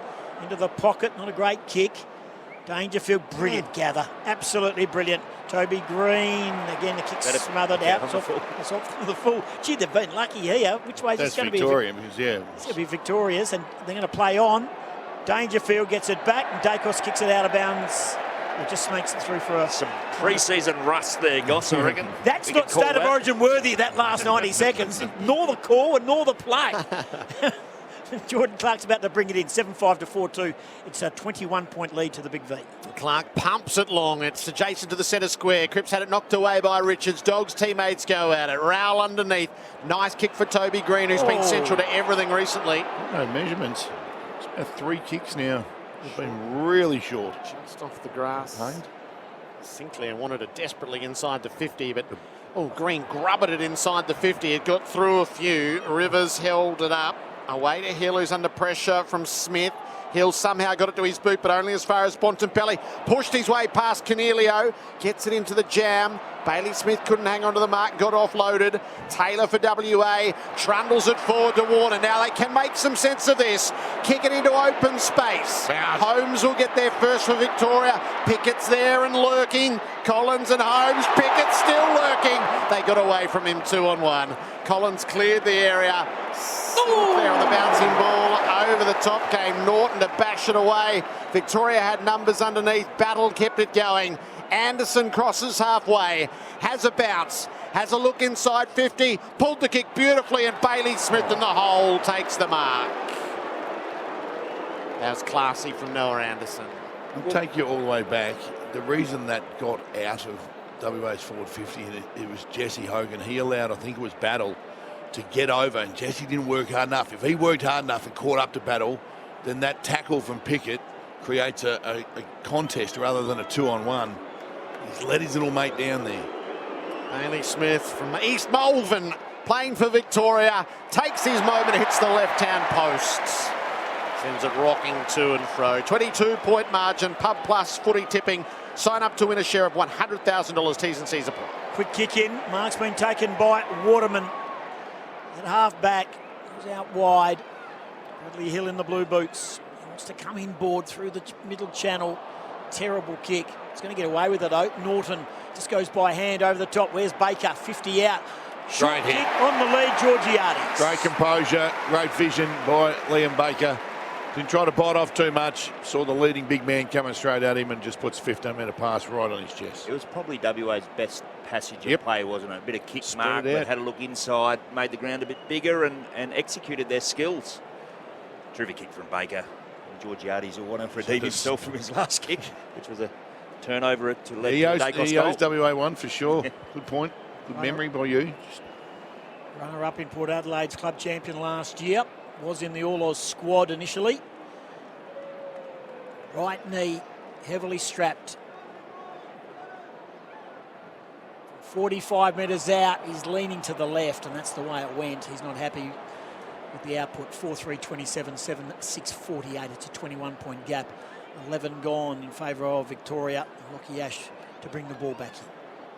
Leaves the square out to the right back pocket. Kicks it for distance. He wants Gawn a long way out. Barris made the spoil, so WA have numbers. Georgiades uses Hill. Gives away some ground to Clark.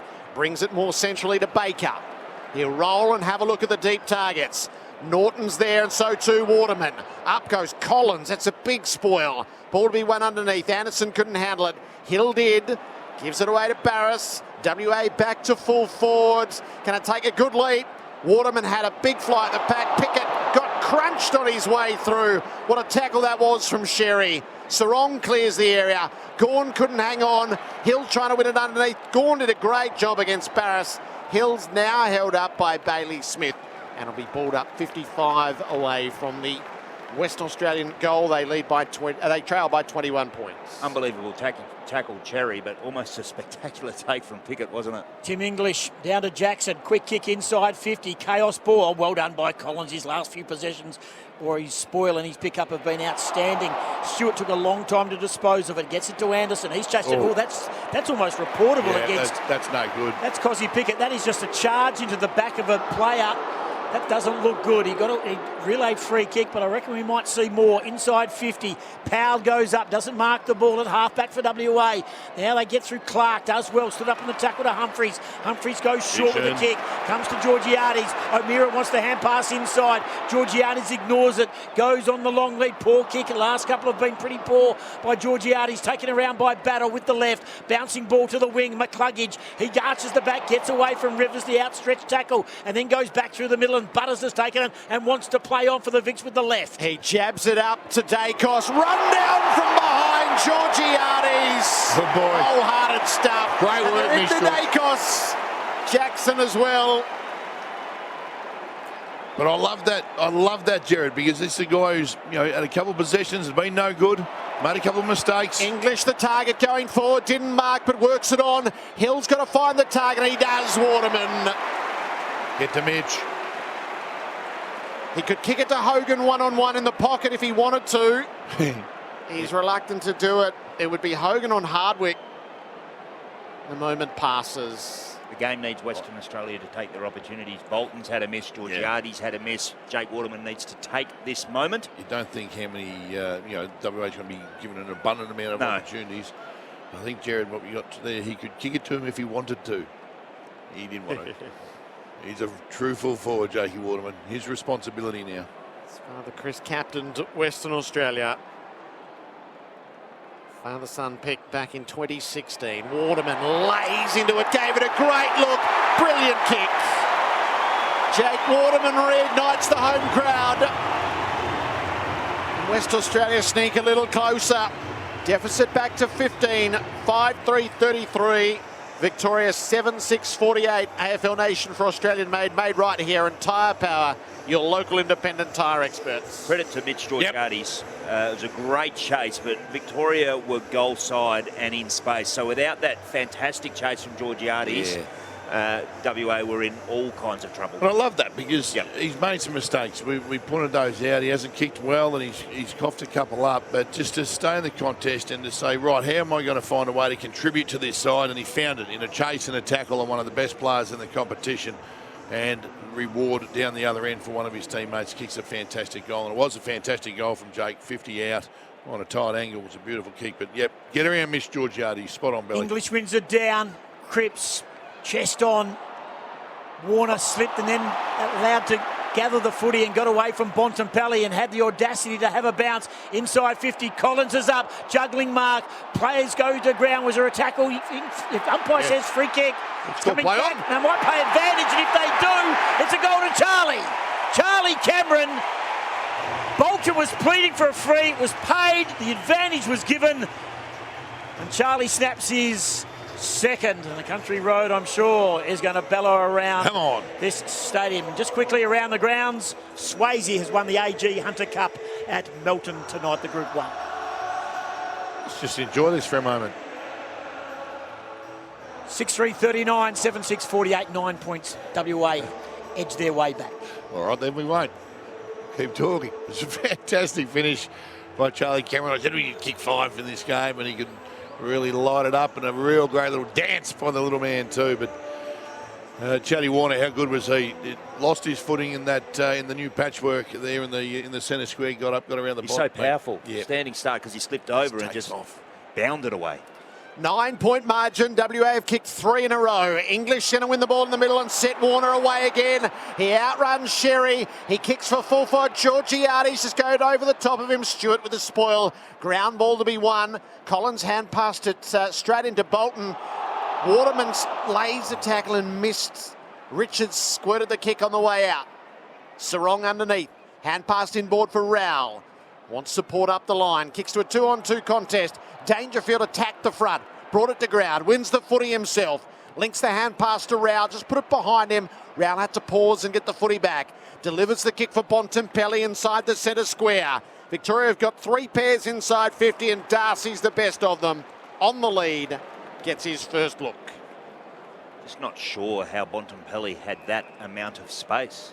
I think there's a blood rule here, so we've got a bit of time. We'll be able to see on the replay, but I mean, he's sitting in the centre square all by himself. Sam Taylor has been really good on Darcy, but no chance stopping that. That's the first time it's come into Darcy on a orchestrated lead. And exactly right. Under no pressure whatsoever. Bontempelli's never going to miss a target like that. And again, it's the first 10 minutes of a quarter. WA work. And there's a couple of guys in the middle that are just, I'm not sure if they're underdone. Well, most are, but they find a way to dig in and gut run. Product of Glen Iris. Sam Darcy, he is the sprute player in footy from 49. He puts it on a path to goal and misses to the right. The Vicks are up by 10. Sign up to Pub Plus footy tipping halfway through the second. Humphrey short back to Clark. The designated kick up, shielding his eyes from the sun. So too about 10,000 people at that end of the ground who haven't seen a ball kicked in anger yet. They paid good money for those seats. Broad goes short to Rivers. Forward of his mark now, called to play on. He makes a good 10 metres without bouncing. Kicks it long down the broadcast wing. Well done. It's going to be a free kick to Hogan against Holmes. He worked really hard for that Goss, didn't he? Pushed back hard into his opponent. Get pushed underneath the footy. It's just strong, big man work that. A lot of players forward of the ball now, so Hogan just kicks and hopes. There's more big V's underneath this. Getting back Sherry, that's easy as you like. He pulled in the defensive mark. 10 points the margin, about to tick into time on. Takes a little bit off, goes across the goal face to Hardwick. The Hawk to Ash. Ash loves to run and dash. Look at these Victorian players through the middle here, just working really hard. Merritt is nearby. In the meantime, it's going to go short. There he is, Merritt. He was camped at half forward. Dacos going to get this ball back from Dangerfield. They want to tackle him, so does about 55,000 fans. Strong through the tackle now. Hand pass was good. On to Holmes, and Holmes has kicked an easy goal. In fact, it's King, should I say. That's his third. King's kicked his third, and that was just relentless stuff. You picked it up, Peter Bell. And the Vicks get a steadier. And again, the replacement forward, one of the last players into the lineup for Jeremy Cameron. Ben King kicked 2 in the first, has now kicked his third goal. And the Vicks steady, 8-7-55 to 6-3-39.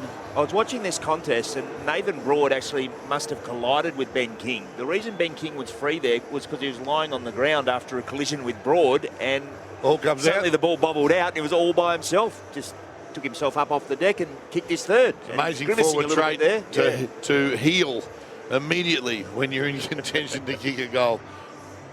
It was noticeable, wasn't it? That swarm of blue and white. You saw it across coming. The corridor. There's too much space and too much hard run for WA to handle. It's the raw explosiveness of Dangerfield there to go and win a contested ball and take on the bigger bodies.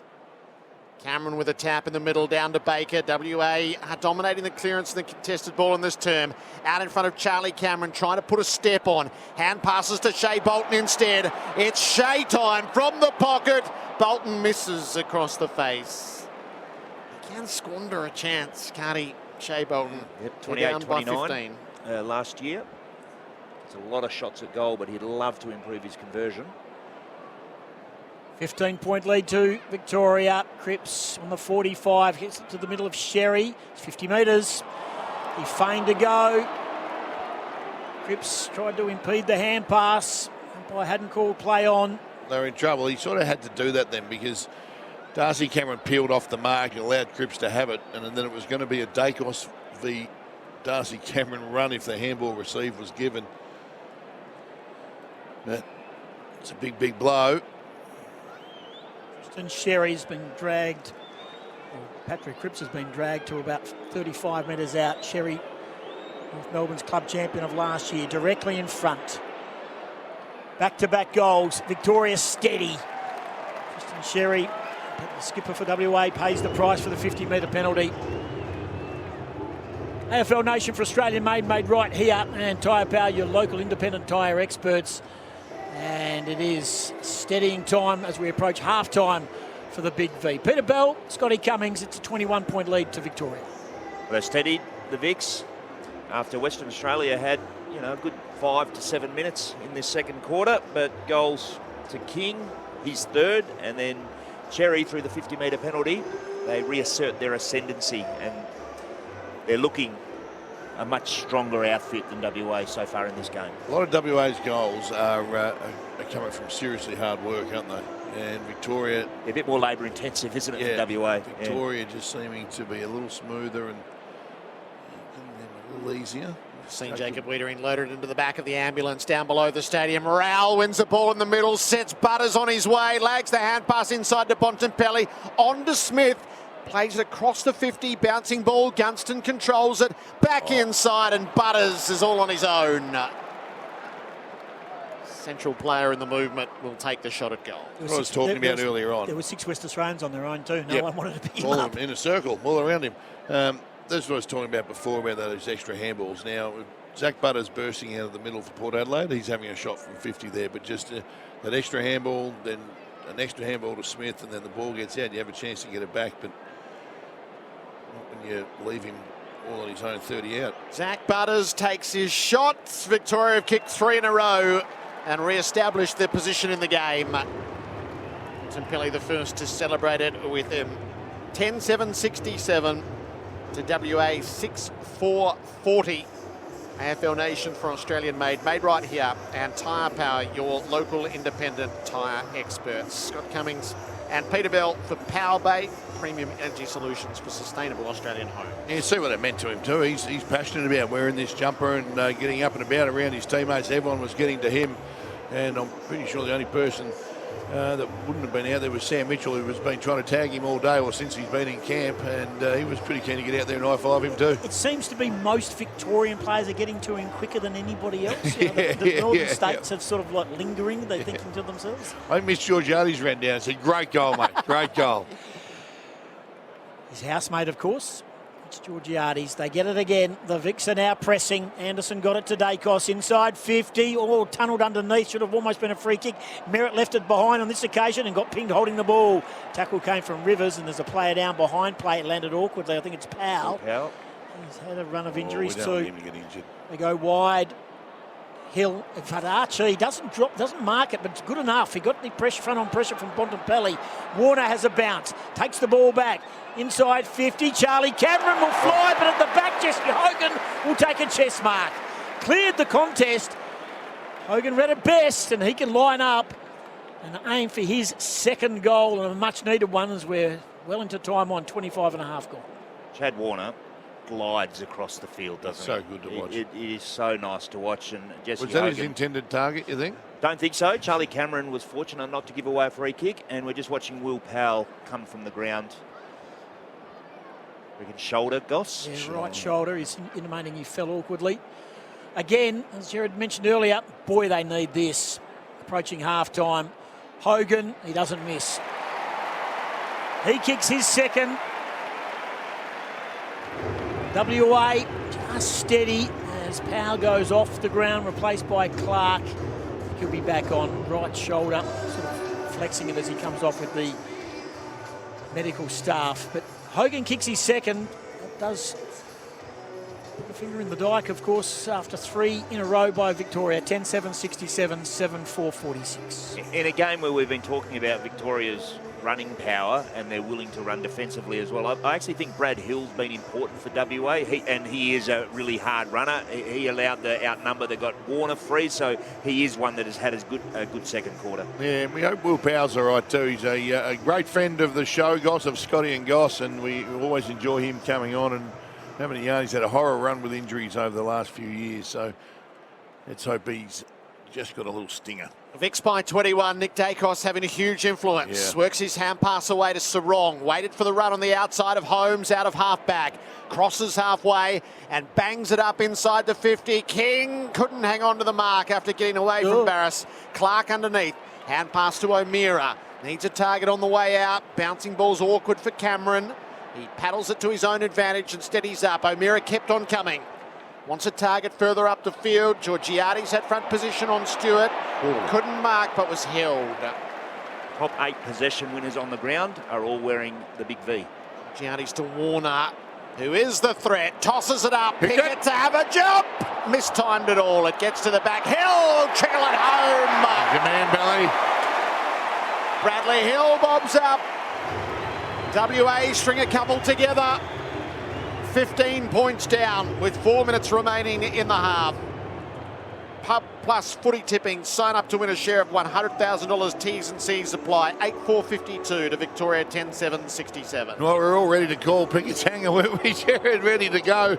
He mistimed that beautifully, but your man is run from the wing. He needs a few running mates to run with him because he is the one who is genuinely working hard. Not just on that occasion he's running forward, but he's been running back as well, which he's done for, well, it'll be his 300th game with a bit of luck this year, Brad Hill, which has sort of snuck up, but he's been around for a while and he's working very hard in this game. 15 points. Music for Bradley Hill's goals very on this day.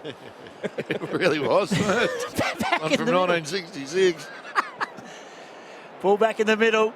Bolton, English combine. Bolton flares it to the side, to the far wing, and here is your man Hill. There's the kick and Pickett. They all combine now. There's some skill, and he's at 50. He's feigning for a free. He was asked to stand. Pickett now off one step. On the lead, Waterman! Oh, he almost takes the mark. Was he given a free kick? No. Hacked out of there. Again, there's a ricochet ball. Well done by Hill. Intelligent knockback, but went in the wrong direction. Numbers favour Victoria. Tap back by Sherry. His intended target was Toby Green, but Baker was there to Clark clear up was really for good then, Goss. It was a big win from Clark. Clark. Now it gets it on to Humphries. Humphries can go long to the top of the square. Ran too far. He was running down the wing. He thought, I'll change direction. And he almost did a Clive Waterhouse and forgot to bounce the ball. In fact, he did forget to bounce the ball. It's a turnover. Victoria have taken it. Contest by Clark then on Cherry just to stop him from flicking that one over the top. If he didn't work so hard on that, then that was going over the top of Victoria walking into another goal. But on Jordan Clark outsized in that contest, but he's got a big ticker. Pass for Butters. He kicks it out on the full, looking for Anderson. The first out on the full. It's out on the full. There's been a few last disposals today. Patrick Cripps, 7 clearances, leading all comers. Our major partner, Pub Plus Footy Tipping, sign up today.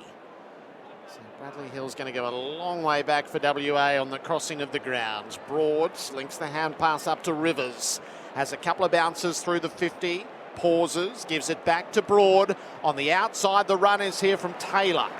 An unlikely ball carrier, Sam Taylor. He took fright, stop, gives it to Broad, pokes it somehow forward, just enough to Cornelio, on to Baker. They've made it up, didn't come off. Ash saw it coming, punched it away and out of play. Again, labour intensive, isn't it? It's hard work, but getting their hands on the footy, WA. Just managed to wrestle a little bit of momentum back from Victoria. Still got time for another one. Can they go match the Vics 3 in a row? Cornelio with the left foot. Chaos ball. Battle does really well. Hand pass back to the defensive help of Ash. Quick kick. Oh, Warner, what a mark with courage. And a 360 to boot. Touched off the boot. It's not going to be paid. Well, it was impressive anyway. It was. Courageous, wasn't it? It certainly really had was. no idea what was coming at him. That's the Queensland umpire of this quartet, let me tell you too. They're all against us. There's under pressure. They go to ground. There's going to be a high free kick. It's going to Butters. And now the fans. Yeah, just get the crowd angry. Get involved. That'll help us. Sarong, little kick down the line. Merritt had to be courageous and was. Marked in front of Broad, right on the interchange gates. There's not gates, there's just marks on the ground. Goes short to Dacos. Just don't understand why they want to boo the champ. Anyway, he kicks it long inside 50. Sherry! Oh, he stood under a pack, and that pack was led by Darcy. Comes to Bontempelli, who got it to Green.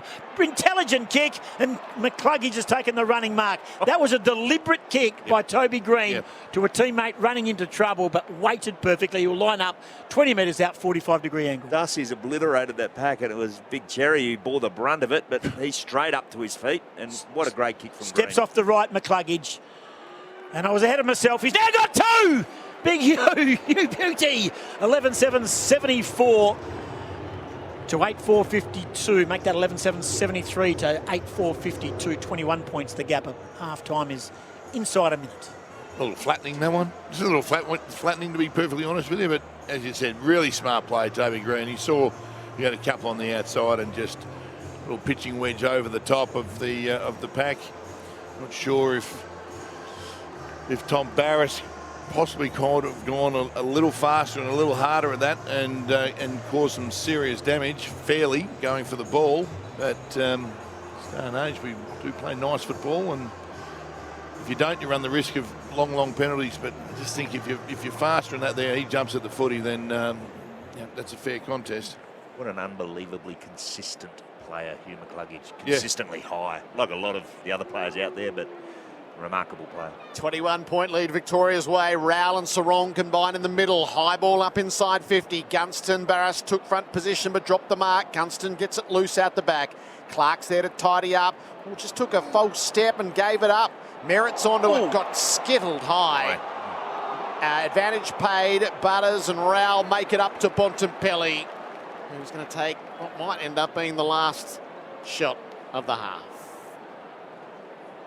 Well, this will really hurt WA and give Victoria a comfortable lead, but to concede potentially 2 in the last minute, Scotty, not ideal. And they worked so hard, haven't they, to wrestle back a little bit of momentum just to get the ball on their terms just a little bit more.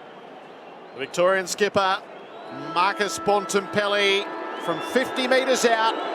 As the halftime siren sounds, he thumps it at goal.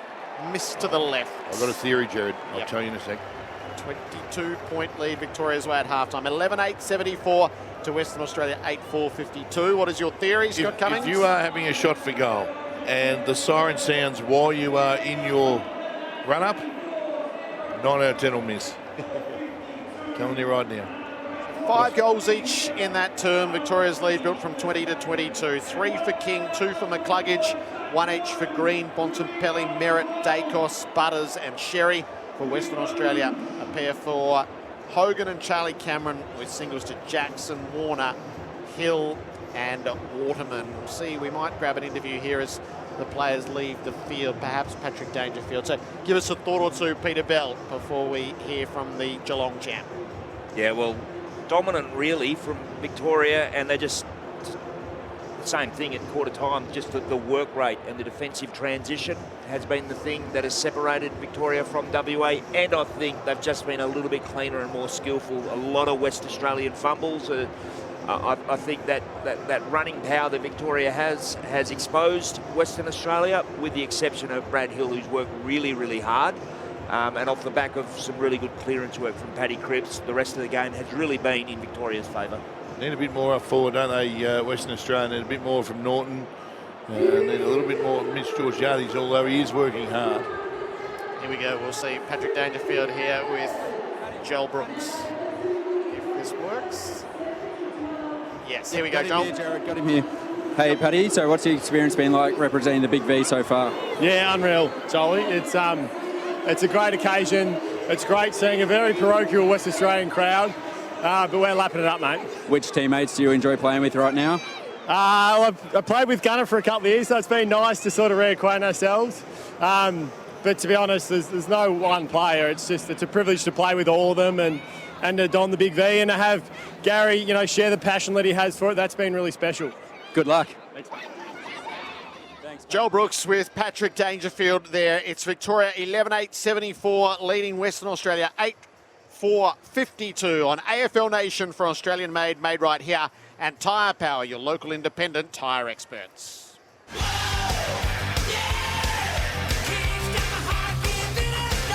The 2026 AFL State of Origin on AFL Nation for Australian made right here, and Tyre Power, your local independent tyre experts.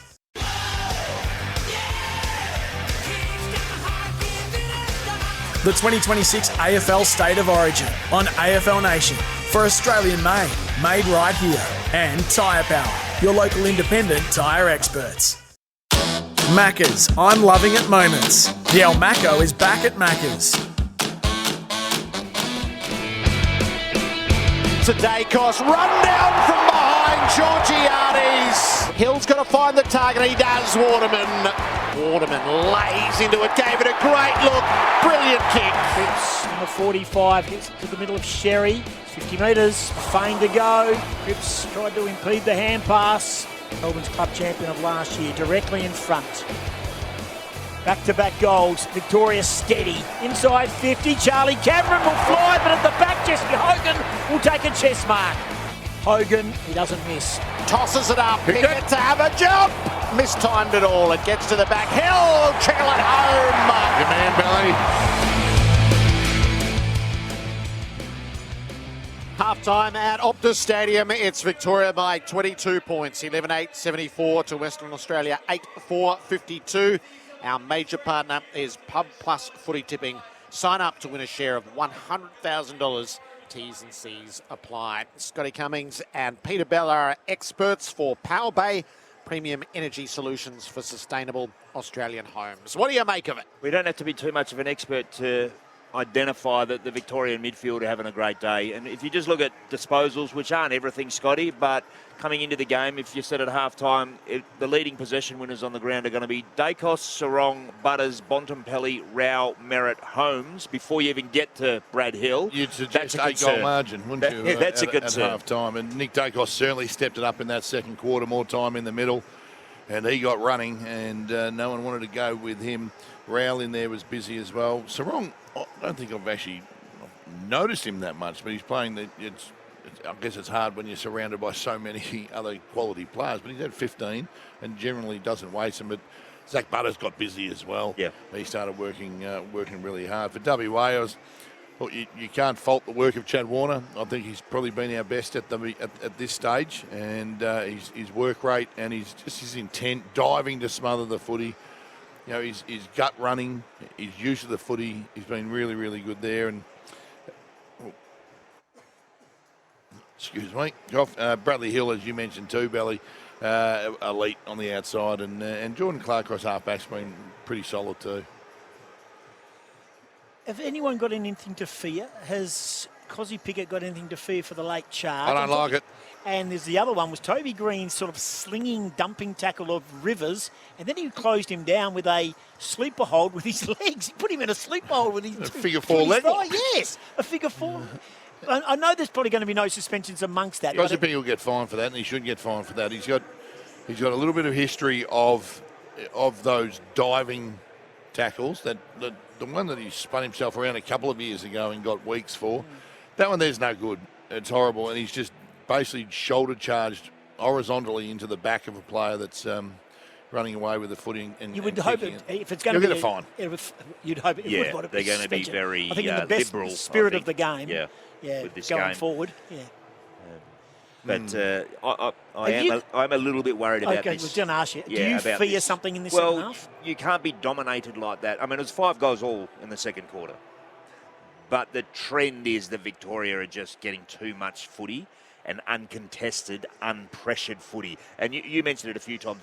What Western Australia were getting was really labour intensive, and they kept themselves somewhat in the match, but you worry about the long-term trend with the quality and unpressured nature of Victoria's ball.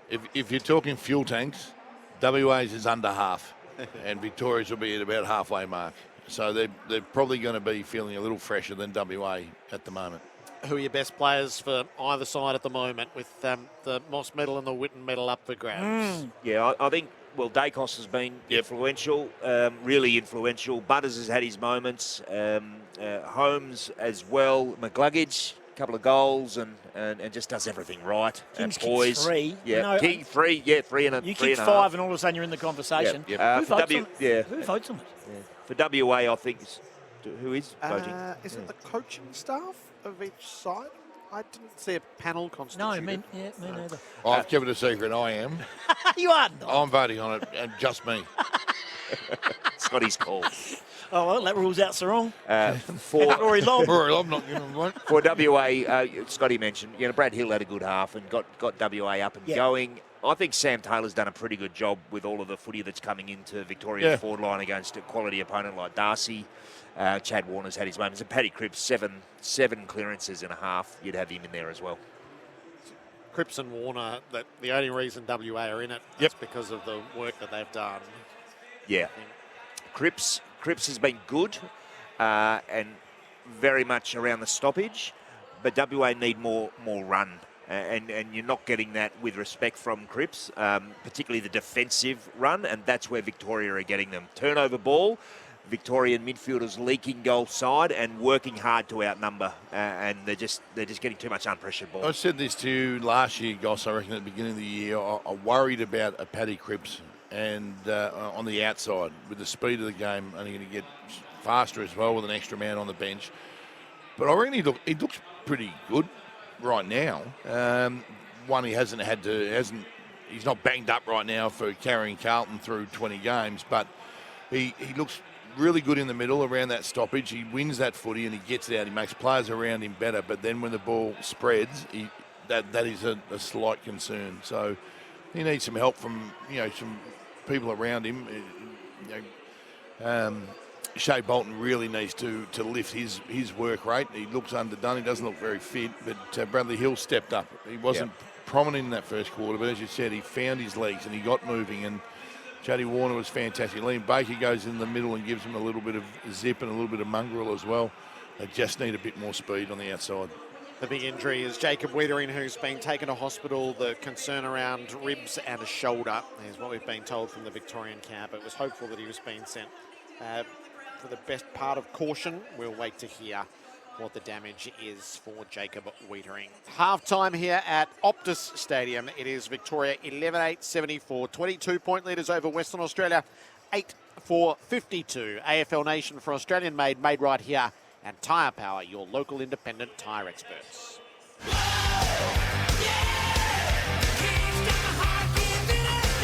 The 2026 AFL State of Origin on AFL Nation for Australian made right here, and Tyre Power, your local independent tyre experts. When Macca's decided to drop the McCrispy Burger with 100% Aussie chicken, a soft glazed bun, crunchy lettuce, and a new signature sauce, they thought, straight to the permanent menu you go. The McCrispy, Macca's next big thing. Available after 10:30am. Experience the freedom of battery power without sacrificing performance. Milwaukee Outdoor Power Equipment is the battery-powered alternative to petrol you've been looking for. Take your outdoor work to the next level. Enjoy the power, convenience, reliability, and safety benefits of Milwaukee innovation. Join the growing number of professionals who have switched to Milwaukee for their landscaping and outdoor maintenance needs. Discover the range at milwaukeetool.com.au. Milwaukee, nothing but heavy duty. In this new era of ChatGPT and AI, the tradies of Melbourne have spoken. Us blokes want the real robot. Robots got it. Carpentry, fencing, engineering projects and DIY. Robot Building Supplies can help you get the job done. Robots got it. The original robot since 1946. Find us in Notting Hill, Sunshine, Preston, Dramana, Pakenham, Coldstream and Darnham. We're robot, but we're human. robotbuildingsupplies.com.au. ROBOT, Robot Building Supplies. All Aussies win when you buy Australian made. Our local manufacturers and growers produce world-class products known for their quality, safety and reliability. When you buy authentic Aussie products, you're helping to boost our economy, support local businesses and create jobs right across the country. So let's back Team Australian made. Look for the products carrying the trusted green and gold kangaroo logo, the true mark of Aussie authenticity. Visit australianmade.com.au to learn more. OMF is celebrating with a big spring sale.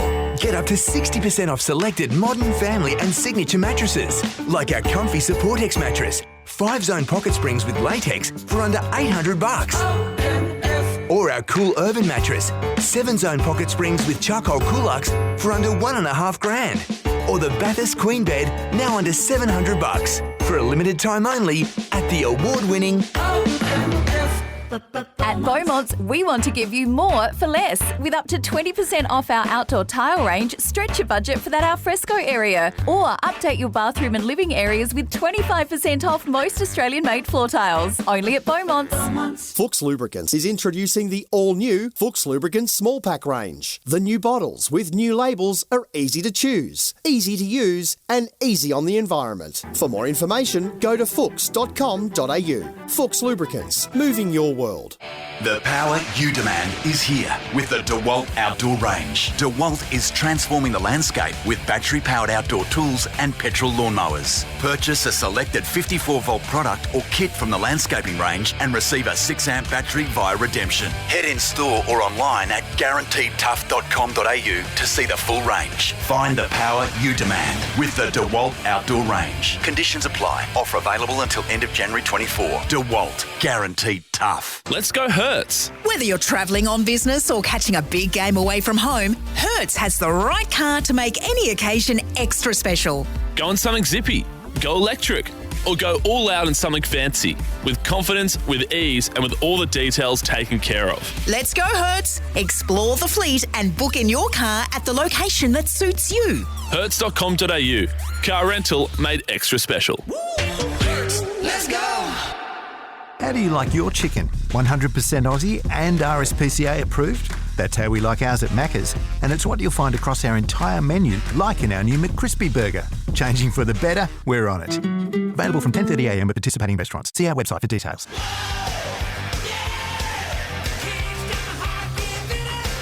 The 2026 AFL State of Origin on AFL Nation for Australian made, made right here, and Tyre Power, your local independent tyre experts. Victoria by 22 points at half-time. The warm-up's taking place for the third term. Live Golf after 3 rounds in Adelaide. John Rahmer and Bryson DeChambeau tied at 19 under. So Sunday could be a great duel between Rahm and DeChambeau. The Australians are very well placed with Ripper GC. So Lucas Herbert and Cameron Smith are tied 4th. There are some of the players at 13 under. So from the team's perspective, but if that is a deal between Rahm and DeChambeau, that'll delight the huge crowds in Adelaide, I reckon. I know I sweat the small stuff. Umpires wearing predominantly white with black shorts. Is there any reason why they don't wear it during the year? They wear all different colours. They wear the yellow and the red. Couldn't agree with him more. Why I couldn't agree with him more. Is it Collingwood's fault? Oh, sure, of course. Yeah, we won't allow anyone to wear black and white that makes us look bad. And don't get me started on clash strips either. We don't need clash strips. Don't need them. I watched Jamaica play the Diamonds in netball the other day. They both have green and gold. Yeah. And I was going... They needed a clash strip. That was chaos. Well, it was for Jamaica.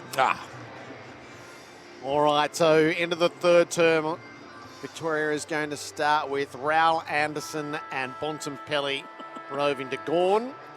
Pickett, Warner and Cripps will be there for Cameron. Is there a big hometown comeback in the offing? It's 22 points. Will Powell, of course, got a whack on that shoulder, but he's gone to the bench, but he looks okay as Bradley Hill and Hugh McCluggage exchange pleasantries, just chatting away. In the meantime, play is underway, and it's one down by Gawn. A little tap to the outside. Strong tackle on Raul.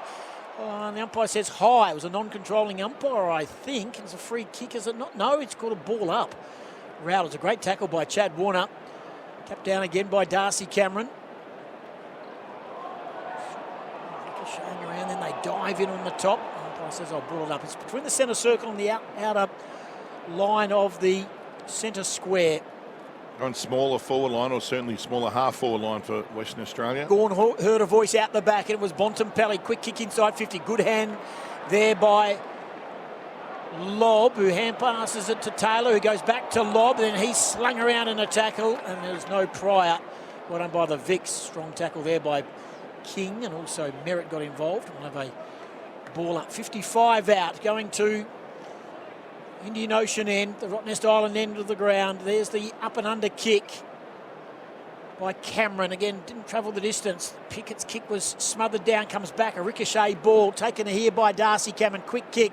Gordon was pushed out of the contest, but the ball falls fortuitously to Butters inside 50. Punched away again by Taylor. Ball comes to Hill. They go to the outside. WA, they've been under pressure early, but they can relieve here. It was a well-weighted ball for O'Meara to build along the wing, and Archie with footy in hand. Hill has run on, so he's been tireless in the work that he's done. Archie hasn't delivered it to him just yet, and he won't as he goes backwards to Taylor. Set him a bit of a task. He's just hung onto the mark. His Dangerfield was going to mow him down if he didn't. Barras on the switch. Lays it up to Baker. Tempo footy played from WA. Cameron dives in. Marks gives it back to Baker in full flow. Had runners on the inside. Balked his way around McCluggage, did Liam Baker. Kicks for Norton. Just too strong. And Ash glides into the back to take the intercept mark. Wearing the number 48, Liam Baker. He wore for his first couple of years at the Tigers. Good run from behind from Ash, who got it from Bontempelli. They go by hand now to Rowell. Rowell got it from Butters, then kicks to half forward. Toby Green marks at the true centre half forward spot. That's almost 50 metres. Oh, he wanted to go up. Barris was hanging on to his shorts. There's the kick inside 50, and the mark's been taken. Easy as you like. Terrific play off half back by the big V. And King will go back and line up for his fourth goal. And if you kick 4 or 5 in a state game, in a State of Origin game, you're all of a sudden in the conversation for the EJ Whitten. That passage of play was emblematic of the game, wasn't it? Turnover from WA, and then Victoria just sieved them back towards goal. Zontu did great work, Liam Baker there, but just the worst time, coughed it over. Norton was on.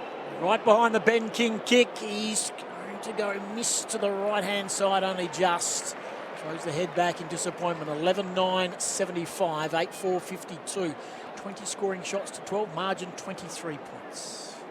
It is the coaches who do the voting on the 2 medals. Thank you very much, Gerard. Sam Mitchell will go Butters. Very nice. Canelio marks the kick in.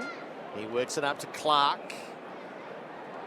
The run from Canelio. He receives and plays it again to Baker. Now on the outsides, Rivers. He's on the flow, has a bounce, gives it to Hill, trying to cut back inboard. All the angles got a bit tight. The turnover comes, but they don't pay a price this time as Rowell is set upon. Victoria organised behind the ball, aren't they? Yeah. They've been a lot better structured and organised all day. The only tall targets are Norton and Hogan down there at the moment, so they're probably a little reluctant to kick it long in. Emilio at the stoppage, Cameron on the turn. So that's Darcy who tosses it inside 50. Spoil made on Archie. Ground ball to be won. Bolton and Stewart come at it. Stewart just works Bolton over. Charlie Cameron arrives to run interference, toes it forward. Out came Sinclair, Hardwick, battle, ran into a dead end. That was Cripps. Pickett got collared, and Pickett gets the free kick. The mark is set, 45 out from goal. It's that live wire, isn't it? There's the speed in there that Cozzy Pickett brings that makes defenders panic. And, you know, you'll throw an arm out to try and block him and get him high, free kick away, but it's just he's active all the time, always on the move, always putting pressure on. Luggage, the guilty party, stands the mark. Cozzy Pickett angle to the left. It's not significant. It's the distance of the kick. Pickett lets fly from 49. He's trying to guide it in. He hasn't given it enough. And Max Gawn on the last line takes the intercept mark. Goes by hand. Battle. Stewart. Leaves outside 50. Toby Green, too good for lob. Points inboard, but then goes outboard. Down the line, Victoria, they just running this from back to front, inside 50, going at it. Anderson went at it with one hand. The ball goes over the line. Free kick. It looks like a free kick. Yes, it's going to Victoria. Me too, and there's a bit of push and shove, so it must have been after the kick came. The bit I like about the push and shove is that Bontempelli's teamed up with Toby Green. Goes short to Sinclair. So Sinclair's taken the mark. All that push and shove was going on, and he's bettered the angle. He'll line up for goal right on 50 on a 45 degree. It was a relayed free kick. Work out what it was for, looking for a replay. With 6 minutes gone. 11-9-75. Bump on Dacos after he disposed of the footy. 4:52. You can't be doing that. Baker. Jack Sinclair lurking forward. loves a goal. Won't be a goal. His kick has been marked on the behind line by Darcy Cameron doing the ruck. 6 gone, 23 points Victoria. Last 2 shots of goal haven't made the distance. Western Australia work the angles across the face of goal. Bradley Hill takes the mark. Oops. Oh, no. And crisscrosses very wide. Rivers. Good kick. Kneels onto the right. Now he's looking for a target in the middle of the field. It's not there, so he hand passes to Hill, who works it out the side to Barris. And he brings it up to Cozzy Pickett. Initially dropped the mark, but clutched it on the second and third grab. He does bring it inboard, a risky kick, and it's cut off by Butters before Archie could arrive. Butters quickly inside 50, Dangerfield coming out. Barris stood his ground in front, knocked away. It's a Western Australian free kick. It's courageous from Barris. Himself in harm's way. I don't mind WA being a bit more patient with the footy. Yep. Which That they're doing kick from Pickett, though, had to go long. Jackson's been put up there now. Not a great kick by Rivers. Picked up by Hardwick. Great mark by... Go forward now. It's taken forward here by Holmes, who just lets fly. Ed Richards was the kicker who squared it up. But again, back with the flight. As mentioned by Gerard a short time ago, great courage by Barris and great support act by Lobb. It was touched on the line. 11-10, 76 to 8-4, 52, 24 points the margin. But WA, you've got a feeling these damn walls are starting to leak. Clark brings the ball in. There's another turnover. Rowell has it. Right half full. These damn kicks are no good either, Goss. It's away to battle, searching for the target inside 50, and he finds Dacos cutting across the front. So Sam Taylor just a little worryingly left the field in the previous passage of play. Just when Dangerfield led on him, he took a short stride or two. He's headed down below us.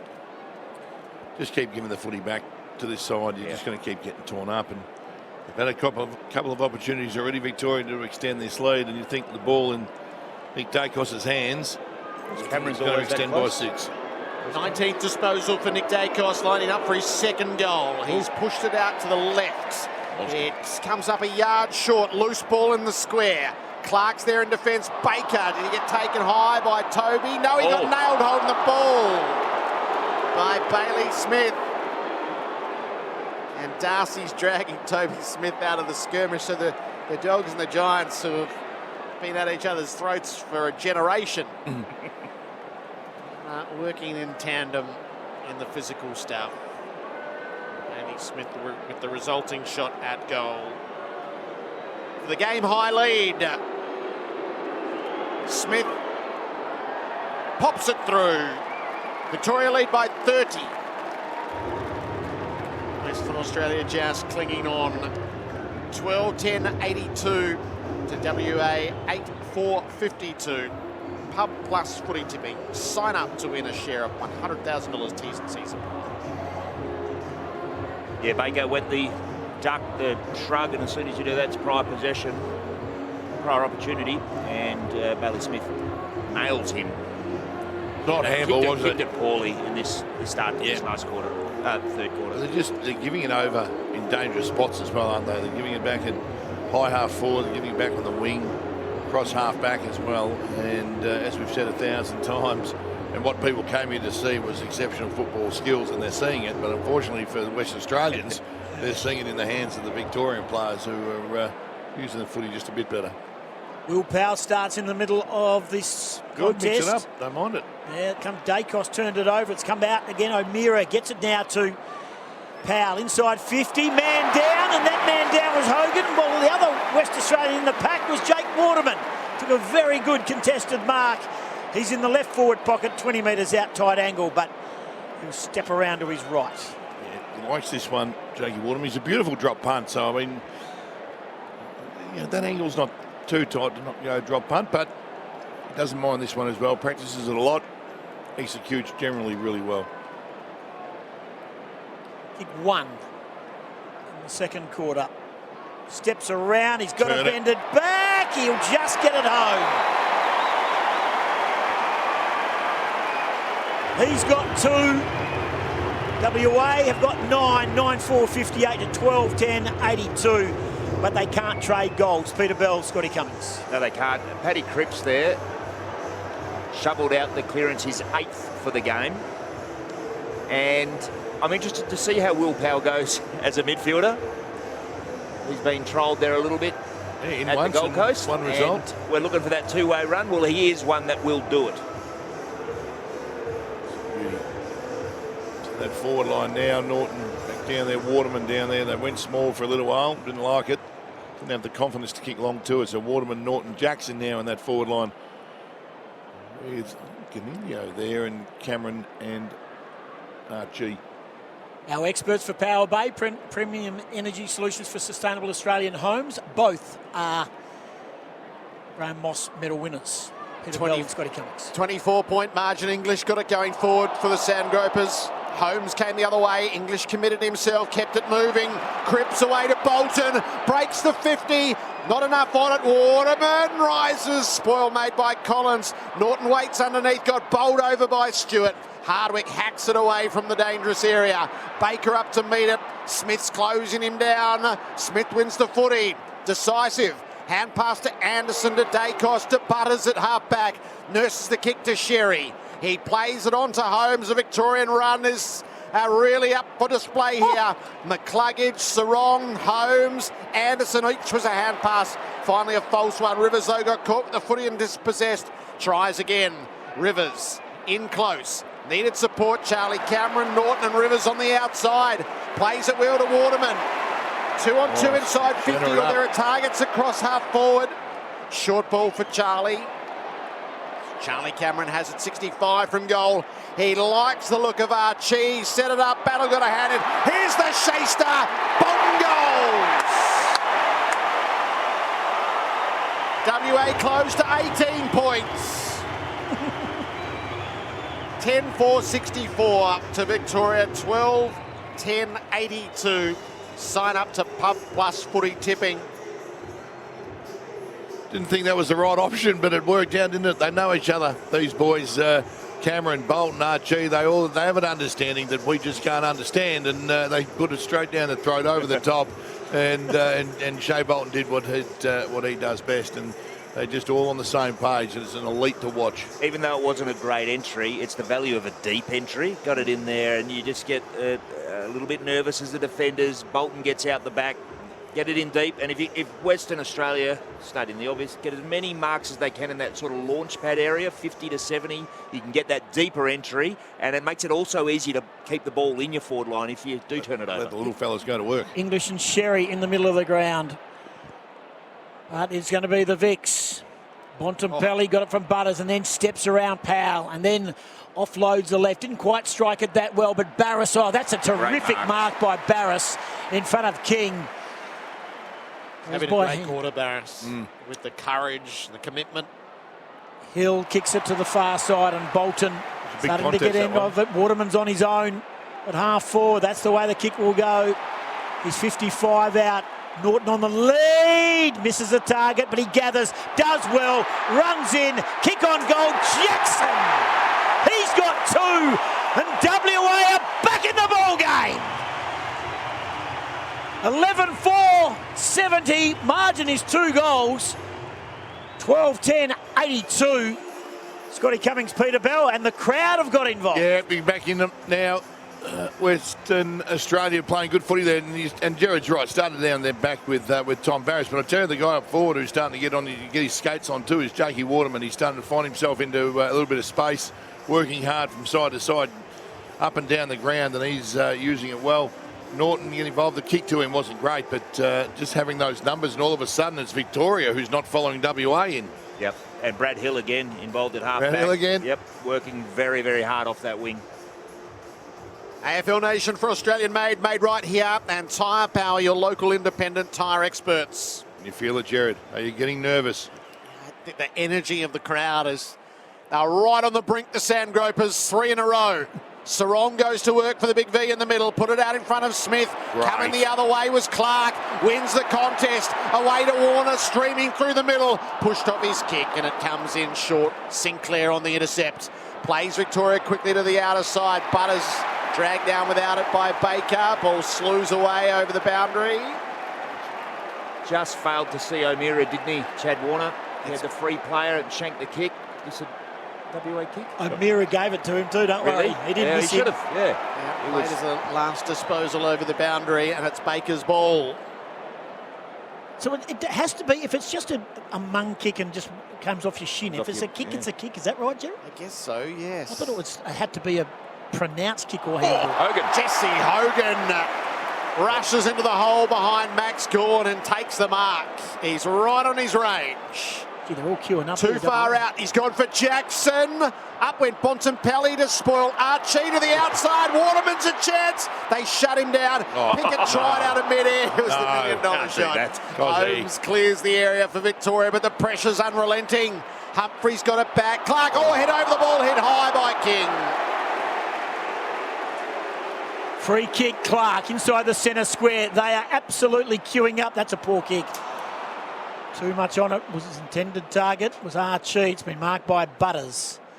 Inside his defensive 50. He'll go straight up the middle, getting across. Well done by Warner. Forced to spoil. It's going to come back. Darcy now to Bontempelli. They're out. Gunston barely called his name. It'll sit. The veteran will hand pass over the top. And King strolls in for his 4th goal. And that was far too easy from back to front. Another turnover inside 50 for WA. Good response by the Big V. 13-10-88, 11-4-70 margin. Back out to 3 goals. It's that last kick, Belly. Yeah. It's the last kick into, and you called earlier, let's get some deep entries into that forward 50, but because the kick going to 40 at the moment, they can't hit. Yeah, the kick was probably on, but, this stage of the year, could you just defer to getting in deep, because if you turn it over, there's no defence. Just went length of ground goal. So I reckon Coxie will be saying, guys, let's just try and get it in as deep as we can from that 50 to 60 metre area. Sam Taylor's still down on the bench, so concern for the Giant defender. He's been off for a while and may very well be out of the game. Gawn hammers it forward, all the way to centre half forward. Merritt, nice touch. Bontempelli around in the tackle. Gawn holding the ball. Jordan Clark hung on well. Played well. Clark trying to release the run of Hill again. He checks his kick to Cripps. Turn and go. Incisive hand pass to Powell. Got to the launch pad. Played it well for Waterman. Beautiful short pass to the leading forward. A bit of everything from Jordan Clark, but that's another big win. The Bonty's hard to stop in full flight, and he just held on for dear life, gets the turnover. Brad Hill involved again. That's a great kick from Will Powell. Jordan Clark is we talk about how he runs and he moves the footy so well, and he glides over the ground so well. He kicks 60 metres, but he's a scrapper too. Yep. A real scrapper. Jake Waterman to cancel out the Ben King goal and make it 12 points again. Waterman's kicking for his 3rd. He's pushed it across the face of goal. Too close then. Too close, the man on the mark. Then I reckon he's taken 2 steps off his run up. It cost him. Kicks by 17. Sign up to Pub Plus Footy Tipping. 7 marks tonight for Jake Waterman. Here's the Stewart kick. It's going to come back because the mark's been taken by Cameron of the Collingwood variety. Get it in long now. Getting out the back was Hill. Hill then kicks it. There's Gawn. Pickett will mark it. Really good body work. Charlie Cameron. Yeah, picked it, Goss. Well done. Did the work on Max Gawn. Actually not happy. Chat to the umpire about it, but Cameron came in, cleared the way for the much bigger Max Gawn, who positioned himself really well. Gozzy, eyes on the pill. Now this is huge kick. This is big. Gozzy Pickett hasn't hit the scoreboard so far. He has now, but it's a minor score. Gozzy Pickett, who was named by the SANFL for they named a State of Origin 25 and they named Gozzy Pickett in it. They've obviously forgotten that he's decided to play for WA. He identifies as West Australian. Bad luck. 11-6-72, 13-10-88. 16 Inbound Stewart, who went long down the wing. Spoils were made and the ball is loose. Jordan Clark is onto it. Wants some support inside. Humphreys provides that. So WA will attack through Darcy Cameron. He's got Canelio right on the outside. Broadcast wing. Bouncing ball reaches him. Hand passes it forward. Humphreys bangs it up to full forward. Hogan! No! Stewart got it out of his grasp. Norton at ground level against 2. It falls out of his hands and goes out of play. Had a good look at it, Jesse, didn't he? It was a great kick from Humphreys. Gerard did a very good Sergeant Schultz then too. was going to get the second bite, and Stewart just hooked it out of his hands. WA deep forward, trailing by 16 points. Darcy Cameron soft drop. Sinclair though, Dacos a fumble. Charlie Cameron committed himself. Eye contact. Charlie will take a shot at goal from the pocket. What do you reckon, Scotty? Are we hearing John Denver? Yep. We've got him for 5. And this is right. This is absolute Charlie Cameron bread and butter stuff. Product of the Newman Saints. He's played in Adelaide and Brisbane. Here he is representing WA. Charlie Cameron around the corner for his third. No, he too has flopped it away across the face and missed the lot. So 3 chances squandered, and the margin stays 16. Hit the fat side, the wrong side of the footy, did Charlie. Gawn will take the resultant free kick. Go to the far side here at Optus Stadium. Dangerfield's taken an easy mark. There was a gathering of players, and he slipped in the back door, did danger. Socks up. You don't see that very often. There's the kick down the line. Barris up again. He's had one heck of a quarter. He is holding this back line together. No Sam Taylor, and looks like he's injured long term. He's back now. They run it out through Cornelio, who goes short to Baker, to his Eagles teammate Waterman. Gawn sitting in the hole now. Darcy Cameron's got to put himself in a dangerous position. Cornelio back through the middle. If they can. Another mark before dumping it in there would be ideal. Cripps is pointing. That's the direction the kick's going to go. Cripps has got size on Hardwick, but Hardwick did really well. But now Merrick receives it from Anderson. They go back to Rowell. Rowell, the Brownlow medalist, kicks around the corner. Barris forced to defend, running back the other way is now Humphries. Got the bad bounce. Well done by King. Pushed him off the footy. Bontempelli, they go back inside. There's the hand pass. Look out, Dacos over the top. Toby Green is just going to waltz on in. Once he picks it up, he didn't pick it up. It didn't really matter. He wanted to do it the hard way and snaps the goal. Toby Green gets his second. He made heavy weather of it, but in the end it was still a goal. 14-10-94. Big steady again, 11-6-72. Margin back to 22 points. We've still got 6 to play in the third quarter. Here's Peter Bell. Got the answers at the moment, don't they, Scotty? Yep. Victoria. I mean, WA had their opportunity. Again, another shallow entry, turnover. They're too slow then. I think they had some options early. Just an extra 3 or 4 or 5 seconds, and Paddy Cripps got manned up and tried to have a one-on-one contest. I think Victoria defended it really, really well. Cornelio was looking for that extra kick, but in the end had to dump kick it inside 50, and Victoria won the one-on-one.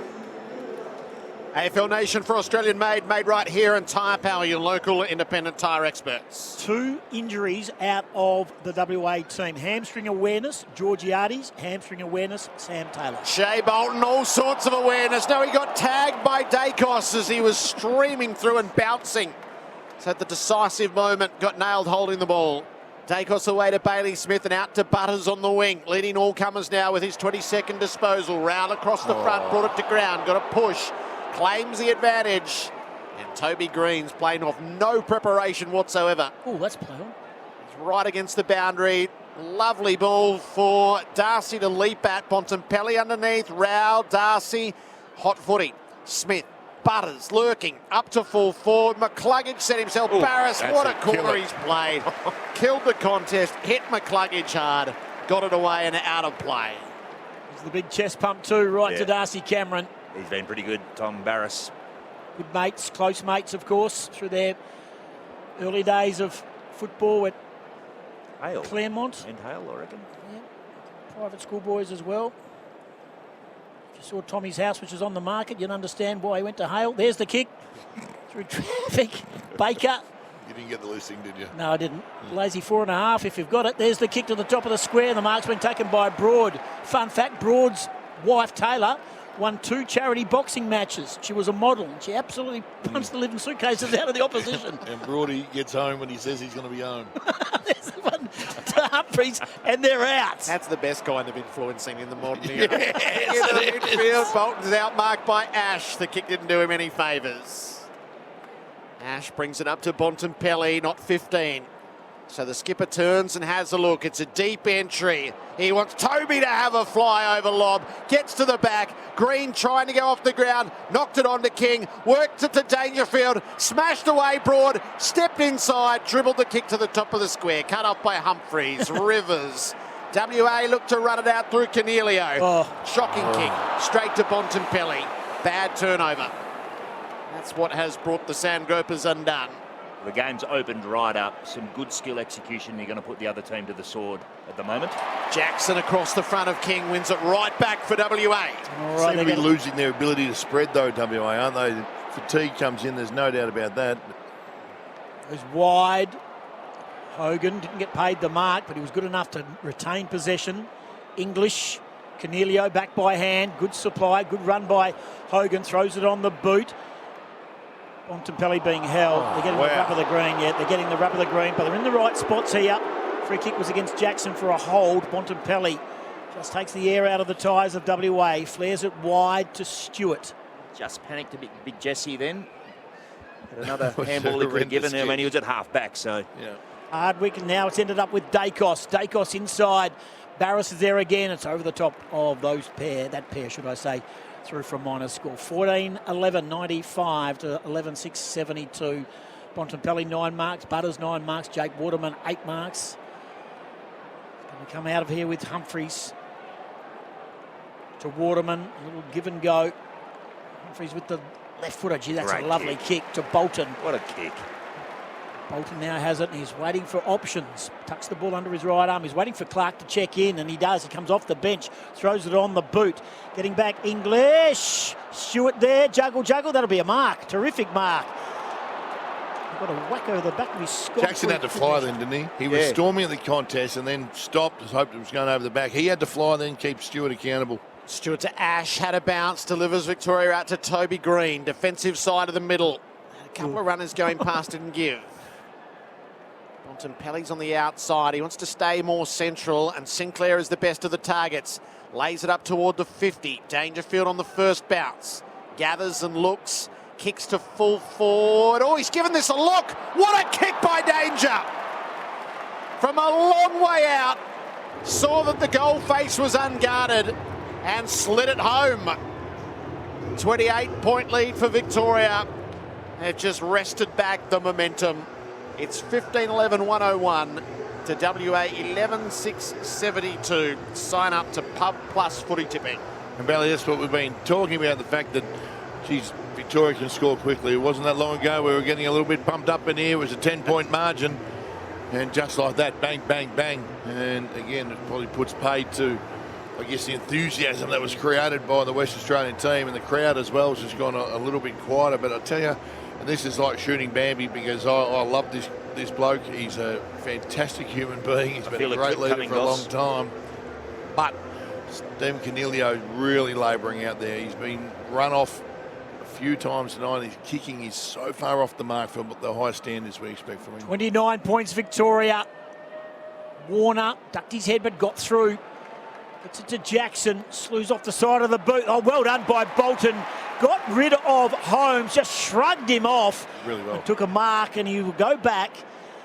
But he does try to nurse the ball through. He needs to kick through it. They often over-rotate off those pink boots. He'll line up from 50 metres out. Great forward craft by the little man too, wasn't it? He just gave Holmes that big double-handed shove in the chest, protecting where the ball's going to drop, and turned around beautifully for it. It's what you train, it's what you teach young guys coming through as well, to get that separation, protect the drop zone, pounce back on it. Recruited to be the difference at Fremantle. Didn't finish in their top 10 in their club champion last year. He goes to the right. He's called to play on. There it is again. Again, he's just not a great kick for goal. Set shot. Ball's going to bounce. Well done by Stewart. Cool. Gets it out to his Geelong teammate. Got to push in the back, I reckon. It's going to come back. Crowd's going to be delayed. It's coming back to Bailey Smith. You just can't argue that. It's just a blatant two hands in the back. When the ball goes in his hands, you'll hear the crowd. They'll argue with it. Have a listen to this.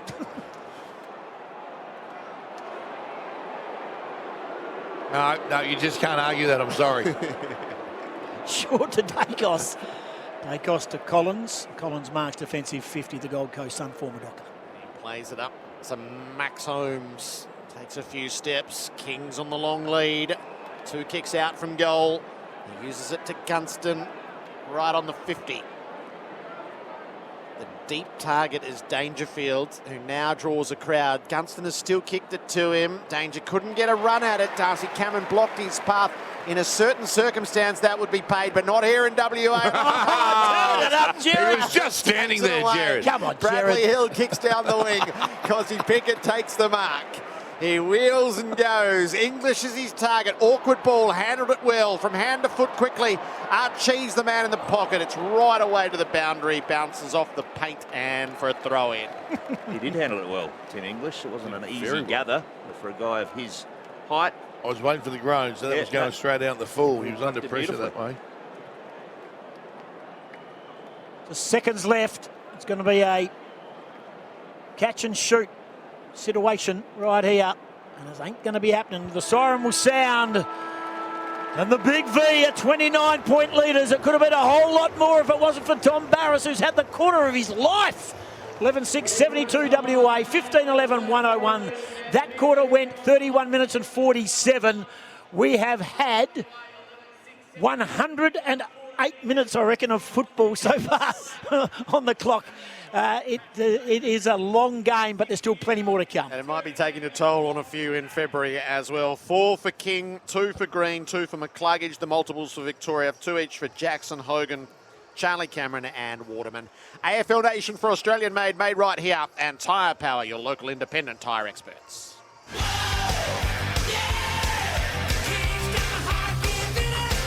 The 2026 AFL State of Origin on AFL Nation for Australian made right here. And Tyre Power, your local independent tyre experts.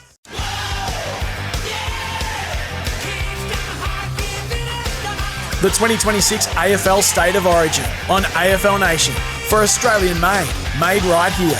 And Tyre Power, your local independent tyre experts. Macca's, I'm loving it moments. The El Macco is back at Macca's. Charlie Cameron has it 65 from goal. He likes the look of Archie. Set it up, Battle got a hand it. Here's the Shayster. Bomb goals! Norton on the lead, misses the target, but he gathers, does well, runs in, kick on goal, Jackson! He's got 2, and WA are back in the ball game! Gunston barely called his name, it'll sit. The veteran will hand pass over the top, and King strolls in for his 4th goal, and that was far too easy from back to front. Dangerfield on the first bounce. Gathers and looks. Kicks to full forward. Oh, he's given this a look. What a kick by Danger. Victoria by 29 points. Scott Cummings and Peter Bell for Power Bay Premium Energy Solutions for sustainable Australian homes. Just have the answers, Gerard. Victoria, each time Western Australia threaten to close the margin, or indeed actually close the margin, Victoria able to kick away, Scotty. I'll give you some stats for the major ball winners. Bonapelli's had 25 and a goal, 25 and a goal for Dacos, 23 and a goal for Butters. Bradley Hill, your man Belly, 21 and a goal. Jordan Clark's had 21, Max Holmes 19, Canilio 19, Sarong 17. Only the 2 since half time there for Caleb Sarong. Matt Rao was 17, Trent Rivers 17, and Smith and Baker and Bolton all with 16 each. Matt Rao spent that break 3/4 time in the rooms having a finger assessed, but he has come out to rejoin his teammates. Sam Taylor also, I've noticed, hasn't come back into the match either. Hamstring awareness. So Taylor and Georgiades out for Western Australia. Wiedering in hospital for Victoria. I get the feeling it takes more than a finger to stop Matt Rao. He's a tough little player, isn't he? See what Western Australia have got in the first 10, 15 minutes here. 10 minutes especially, they've been pretty good at the start of most quarters. And then struggled to stop Victoria from scoring easily after that. But, this is Origin footy. I'll find something stirring address from Dean Cox. Who's the best player from WA so far, Scotty? I think I'm going towards Bally. I think I'm going to Bradley Hill as far as impact he's had. Barris now. I think he's been really Victoria as well? For Victoria, I've still got Dacos. Ditto. It's a close run thing. Yeah. For the Whitten medal, I Will reckon. be. Barris had that quarter by Barris, so it's a quarter of 3. was outstanding. Where's your Moss medal, boys? Can I just ask you? Where's your Moss medal, Billy? I'm Where's wearing yours, it. Scotty? Scotty, you didn't. Mine's tattooed. You didn't auction it off, did you? No. Victoria by 29 points. Cripps had first access but lost it to Dacos, who gives it to Butters. Kicks the big V inside 50. Over the top of Merritt. He can chase it back to the boundary. Sits for him. Has a look at the targets. Plays to the top of the square. Straight to Humphries, though, in defence. Rivers is in a tight spot. Humphries helps him out. Baker's got to be sharp, and he is. And Humphries kept on coming. Kicks it long down the line. Beautiful work by WA for Archie. Charlie Cameron wanted it inside. He's not a line anymore, Charlie. Archie's on his own. He's had 3 bounces. Kicks it up to full forward. Norton underneath. Richards dropped the mark. Norton, hand pass blindly. Cut off by Sinclair. Off to Stewart. Last line of defence. Stewart confronted. Off to Collins. Back pocket. Lags the hand pass. Didn't do Hardwick any favours. Archie got him, but he got his kick away. It'll be a straight turnover, though. Baker's got it. 55 from goal. Now what to do? Short inside for Charlie Cameron. From the boundary. 45 out. Charlie across the face of goal. Big rise, Hogan! Jesse's got it near the behind post. They had the options, didn't they, down there? Norton, the short kick to him over his head again, but with a repeat inside 50s, Baker coming in just to present that little wall there at about 55 out. Another entry in, and options of Hogan, Norton, Jackson down there, Darcy Cameron as well. Making the ball move, making defenders move, watch where their man is, and one of the big men is always going to grab that. Looks like he's going the drop punt here, Jesse. Preferring that to the snap. No, he'll run around. To give the Sandgropers a chance. Hogan snaps his third. Cuts the deficit to 23 points. First goal of the final term was non-negotiable. And it goes the home team's way. AFL Nation for Australian made right here at Tyre Power, your local independent tyre experts. 12.678 to Victoria, 15.11 101. You did run around. Played a bit of full forward in your time. I didn't run around him. But you know what Jesse Hogan's going to do? He's pretty good at that and does it week in, week out. And it was a great grab. Good pressure from WA, wasn't it? Locked it in, old school, lock it in your forward line, hack kick out of defence from Victoria, and you get a re-entry, which Liam Baker took advantage of. Hub Plus footy tipping. Sign up today. $100,000 your share. T's and C's apply. Get amongst it. We all love footy tipping. Gordon wins it down. Taps it down. Taken, though, by Cripps, but he's turned it over. Clark's under pressure. Baker's been good. Throws the ball on the boot. Kicks towards the wing. Archie beats McCluggage again to the ball. Off one step down the line. Charlie Cameron. Arm was chopped. Didn't get a free kick. Player goes down behind play. I think it was Holmes. In fact, it was Butters. There's the hand pass back in board now. Baker hand pass it. Hit Dacos in the scon. He dived on it. Got a high tackle. Clark was overzealous. It was there. It's always there. Players are going to get better at that one. Dacos goes short. Richards marks. Short again to Merritt. Has a bounce after one step. Hand pass just to the outside to McCluggage. He's left Archie in his wake. He's gassed Archie, and Archie's reaching through his right hamstring as he's trying to get off the ground as well. This is a high-risk period, so high-intensity game, probably more intense than what you're used to at this time of year, with a lot at stake, and there's a few guys who are starting to look a little bit fatigued. Yeah, Liam Baker there absolutely he's gone. As well. He's gone. He was cooked. Darcy's lining up for goal, 40 metres out directly in front. He's running off right now like I used to do a 2K, or in the last K. Just shake the head around a lot as if you're working really hard. The last K and a half. With that right foot. He's only 4. He's just got to work on his goal kicking, Sam Darcy. He's going to get plenty of opportunities this year. He just needs to fix that up. Harry Lyon declared him he will be the best player in the competition. Not too far away. 24-point margin. Rivers and Hill combined to bring it out of defence, and Humphries right against the boundary. There wasn't a square to spare there. Inboard to Powell, drops a mark that he might have taken, but has time to regather. Centering ball for Broads. It arrives before Bontempelli does. Look to the outside run of Powell, didn't use him. Now he's got Canelio on in the centre square. Powell is still going.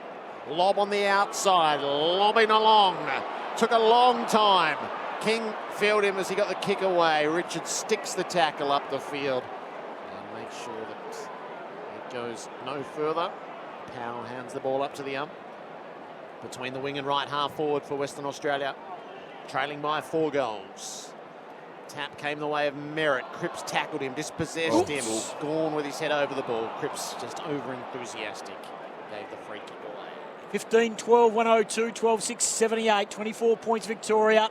5 gone. One thing we can tick off is it's genuine. State of origin football, crowd support, promotion. More important, the players' commitment to the contest. Been a few victims and injuries on the way through, but these players have crossed the line and they are cracking in, which is a great sign for the future of the concept. They go short to Dacos on the 45. He got it from his good mate Bailey Smith. Off a step.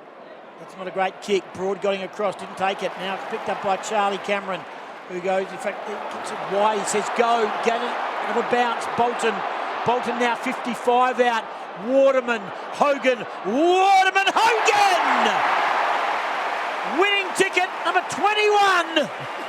It could have been a 45 or a 21, but Hogan goes back. If he kicks this, Hogan kicks his 4th and puts himself into Graham Moss medal contention and puts WA again within 18 points. Shea Bolton's best kick of the day, wasn't it? Probably Absolutely. besides the goal from the goal line, but it had penetration. Didn't slew off the side like a few have tonight. And Jesse going for his 4th. Solid run-up. Yeah, he's gone a long way back. He's the Michael Holding version here. Hogan. Crowd will go berserkus.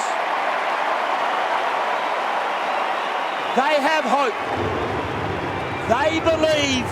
Hogan. 15-12, 102. It's his 4th at 13-6-84. Just quietly, how spectacular does the stadium look right now? Like this time of night, summer evening in Western Australia. It's just perfect. Absolutely perfect. Yeah, lock it in for 5 years. Doesn't need to be anywhere else, Gerard. Hey, can I just ask a question here? The countdown clock is 18:56, and we've been playing 7.5 minutes of the last quarter. What the hell did they start with? We play 20-minute quarters, don't we? Yeah, we do. That's not, We're greedy over here, Gerard. When we're behind, Gerard, we ask for 25 minutes. Channel 7 want to run it up to the show. This is why the quarters have been so long. What have we started with? It's game on, 3 goals, and Bolton's got it in the middle. Hand pass to Darcy Cameron and back to Bolton out the front. Kick wasn't great, too low for Hogan. It got loose at the back momentarily. Jackson tied it up, won it, gave it to Pickett, shot it out the side. Charlie Cameron on the turn. WA are coming! The Sandgropers have got the momentum. Charlie's kicked 3, and it's suddenly a 12-point ball game in a quarter that might never end until they actually hit the front. I've seen the conspiracy. Until you walk off and we kick 4 unanswered. We're playing. But again, Paddy Cripps. Have a listen to this. He's trying to get the crowd up. Charlie is throwing the hands in the air. There's 50,000 Lion supporters that are absolutely kicking their TV in right now going, that is our song!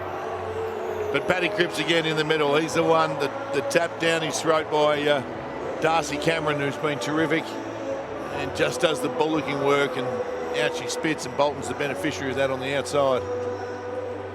They've been able to steady every time, the Vicks.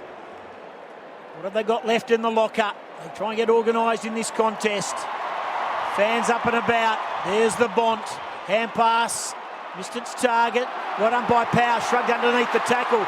Got it now. They get it from Baker, who got it from Bolton.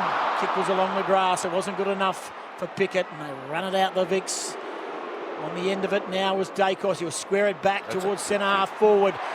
Lawson Humphreys punches it away from Green. Comes back out to Warner. They work it inside again. O'Meara got involved to the outside. Gee, Lawson Humphreys is not out of place in this contest. Had 2 bounces and runs past Dacos and squares it up brilliantly. Hogan marks! Hogan goes back for for his 5th goal from 45 out and will put them within a kick.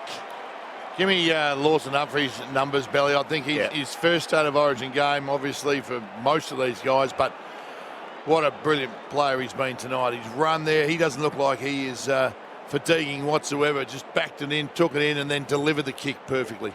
15 touches, but they've been quality on both sides of the body. Just composure and poise, Lawson Humphries. Others are fatiguing. He's running on top of the ground. The crowd again on the Hogan kick.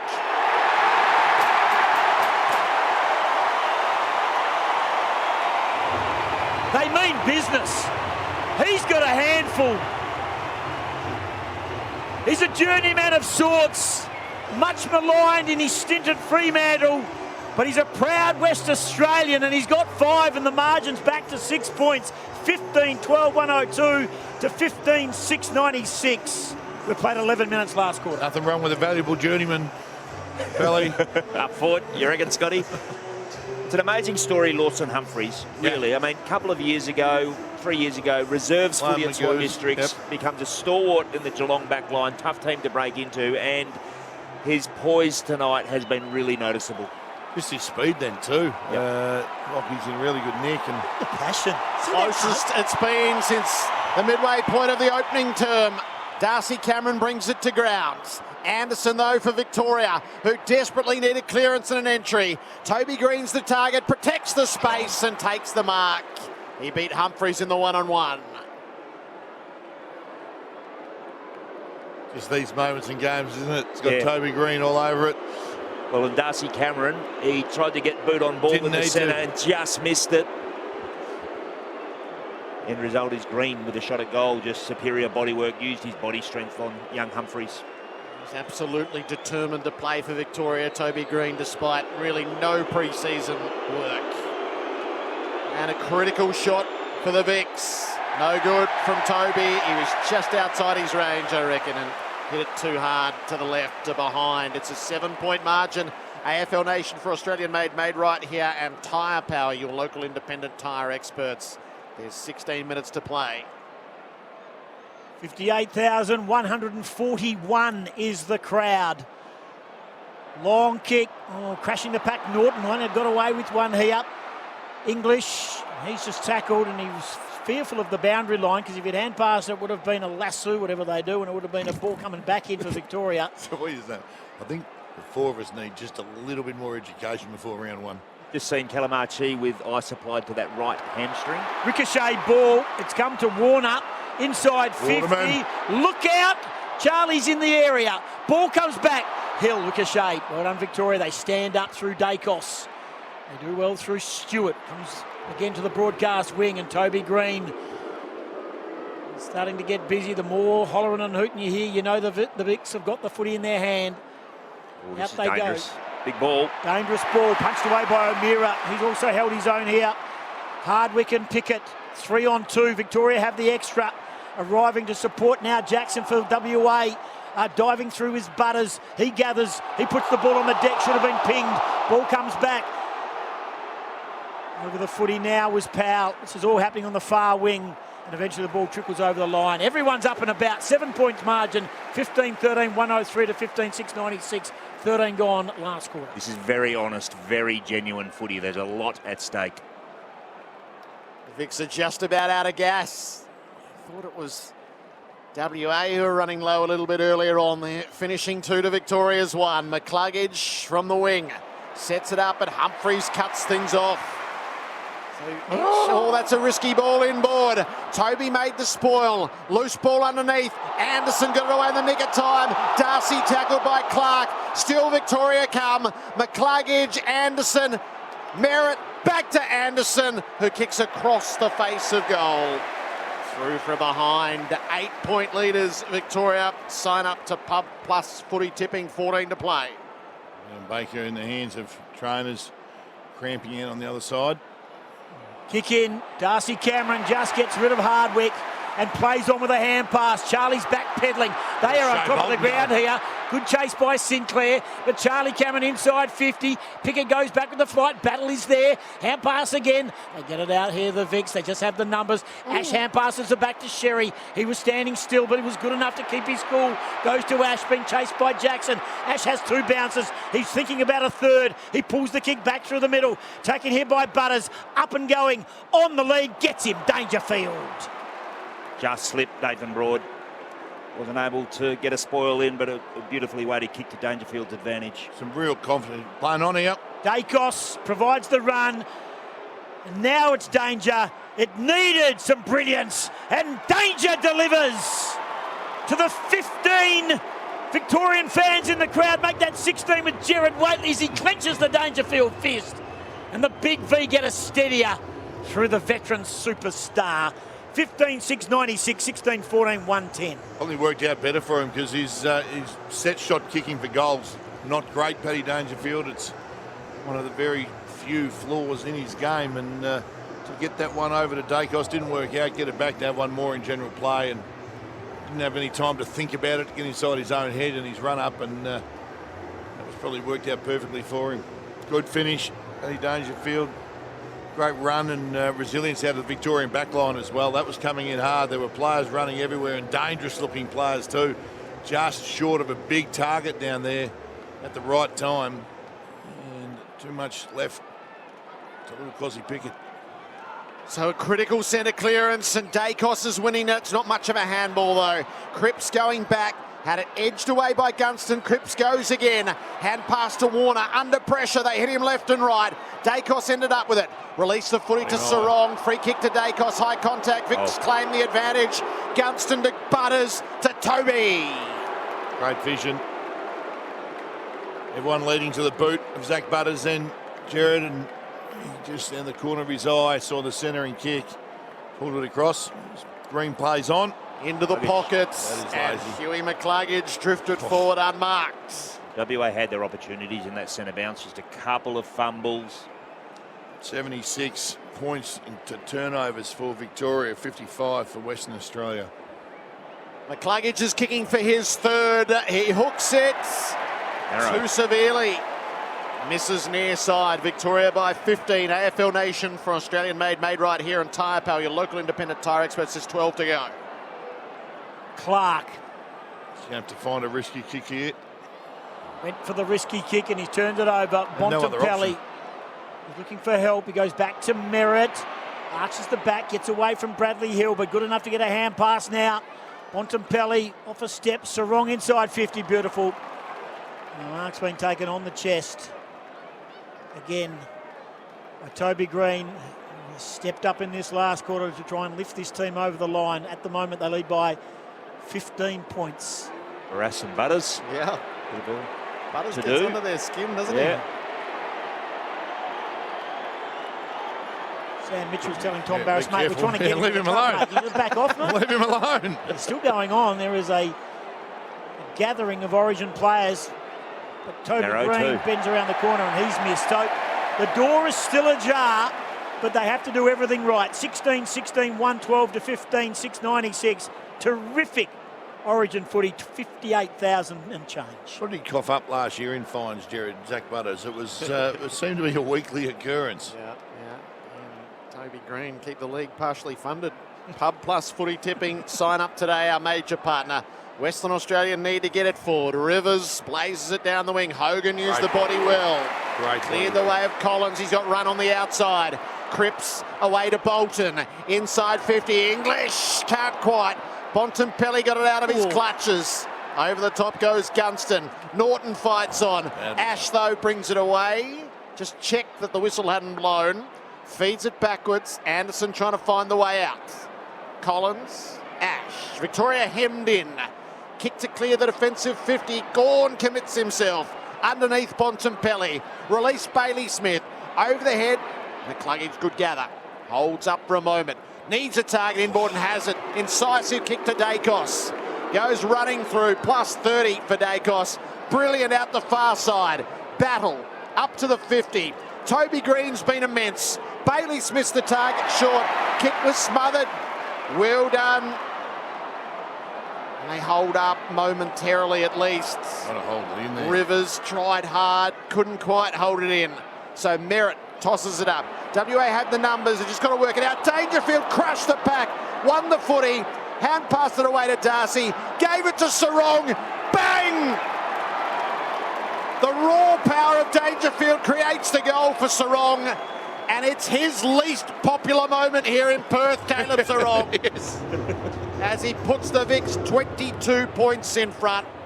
They have answered the call. 17-16, 118 to WA 15-6, 96. Oh, I'm just looking at the most disgusting thing I've 17-16, 118 to 15-6, 96. I think we're home now. Yeah, I think we're home, the boys. The switcheroo into the big V hat. But at the end of the day, there, as Gerard called, Danger just came crashing through. Rory Lobb's got to put his body on the line there. He has to get in the position where Dangerfield's trying to run through, not just try and take a nice clean mark. And if I'm Tom Barris, who's playing on Dangerfield down there, I would have just gone with him and not relied on Rory Lobb to stand there. Or keep Dangerfield away from making that contest on Rory. He needed to protect Rory Lobb. Matt Rao now sits in the dugout. He too has a finger concern. And the ball is loose. They're out of tickets here, WA, I suggest. Toby Green's not. He is playing this game at 100%. Hill gets it back from Baker. He doesn't not know how to not try it. Does well, stood up in the tackle. Hill short to Cripps, likewise. Clark uses the ball beautifully now to Hogan. He's got a runner outside. He goes inside instead towards Jackson, front on contact. The mark's been paid. Is it 50? No, it's paid the front on contact, not the mark. Oh, Jordan Clark was the handball there. Jackson goes to Humphries, wants to play on. Humphries lets fly. He doesn't say much. Humphrey is a fun-loving player tonight. 15-7, 97. 17-16, 118. The margin is 21 points. We've gone 22 minutes last quarter. AFL Nation for Australian made right here in Tyre Power, your local independent tyre experts. Still time for WA, but they'll have to do a lot right. Hardwick's rolled out the barrel right to centre field. Attacking it though is Humphries. He is having a say in it, Goss. Plays it around to Clark. Short one on it. He does have the short. Charlie Cameron has been so good. That's the footy in hand on a tight angle. The best part of 50 from goal. It's kick 3. 4 in a grand final, 3 in Origin thus far. Charlie Cameron, no good. Sliced it badly out on the full on the outside. 7:41 to go. Yeah, plenty of time. Plenty of time. Margin's 21. I know you've got. We're still going to be on hat air. on. Get your hat off. It's a long game of footy. Well, you keep adding more time to the clock, Goss. So they went 25 with no time on until the last 2 minutes. I think that's probably been an error. There might be a conversation being had about the length of this game. There's the kick inside by Humphries. Waterman got wedged out of it, and he's going to get a free kick. He went to fly. He got the nudge. Umpire was right there. Max Holmes is the player nearest. I'm not convinced he might have been the one who was the offender. In the meantime, Waterman will go back and line up for his third goal. Yeah, it was him, Goss. Yeah, the edge underneath by Holmes. Was it there? Yep, absolutely. Can WA dream, Scotty? Of course we can. Of course we can. With the backbone of this country. Every shot on goal. Yeah. Okay, dreams over. Wake up, go to work. 15-8, 98. 17-16, 118. Margin is 20 points. The Vics bring it in. Sinclair finds McCluggage. It was a dream I've ever had there, Billy. Last about 4 seconds. And as an ally for Victoria as they kick it around in defence. Collins and McCluggage. I reckon Collins is going. He got his marching orders at Fremantle. He's now playing in front of 60,000 in WA for Victoria. Battle takes his turn. Were you involved in that decision? No. You got enough of my own bad ones, mate. I don't need you adding Sam Collins to the list. This is 36 for Nick Dacos. Long down the line, Dangerfield pulls out, clears the way for Sherry. North Ruckman called him out. Bailey Smith just had a little fumble on the way past. Back to Sherry. Gets under his kick to half forwards. Humphreys came back into the hole. Gunston, clean hands, sent Merritt on its way, and he's kicked a beauty. Victoria work it well, and they're just about home now. Merritt kicks his second. The Vics by 26 points. 18-16 to 15-8. Sign up to Pub Plus Footy tipping. Yeah, that last kick from Waterman absolutely took the gas out of WA. Just that ball movement by Victoria then. There was no pressure and there didn't seem to be a lot of chase down intent from behind. But I mentioned it early in that first quarter, Bally said that these players from Victoria, all these midfielders that they've picked, that can they play in other positions? You think they're probably good enough to do it. Zach Merritt, yes. It was a fairly emphatic yes, and Zach Merritt's been one of those, and I think he's really enjoyed the freedom that he's received tonight. Normally tagged week in, week out. But it looks like he's had a little bit of fun out there tonight and been pretty handy. Nick Dacos 36 and 645 metres gained and a goal. Bontempelli 29 with over 500 metres gained as well. Sherry in the ruck. Bolton did all the hard yards, almost got pinged holding the ball. Cripps, hand pass to Warner. Good run. Here's Bolton. What about the support? Kicks on goal. He's hooked it to the left. Would have been a... He's good running that way. 15, no doubt about that. 99 to 18, 16, 124. It'd be all right if he kicked the 4 that he should have kicked. He's kicked 1 goal 3. Agree, and they've all been gettable. He laid off that one. Didn't kick through it. Dacos has got it again. Remarkable start to a young career, and there's probably a Whitten medal to be had here. Yeah. Mind you, he's been favourite for the Brownlow a few times and hasn't got the job done. Yes, we're about to find out what Chris Scott and Sam Mitchell think of him. The Vics kick it around in defence and just winkle some time off the clock. Hardwick brings it long out to a contest. Collins, that's tremendously strong stuff. Into the pack to take a mark and send Victoria on their way. Merritt kicks inside.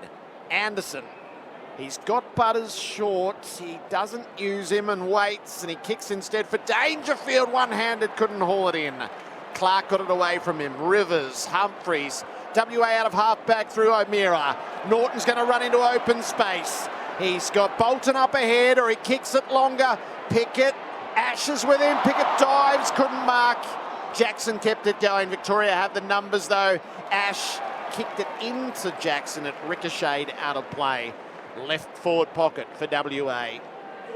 Did all the hard work, Pickett, and then fumbled the chest mark. The announcement of the crowd that Goss gave you a little while ago. 58-1-41.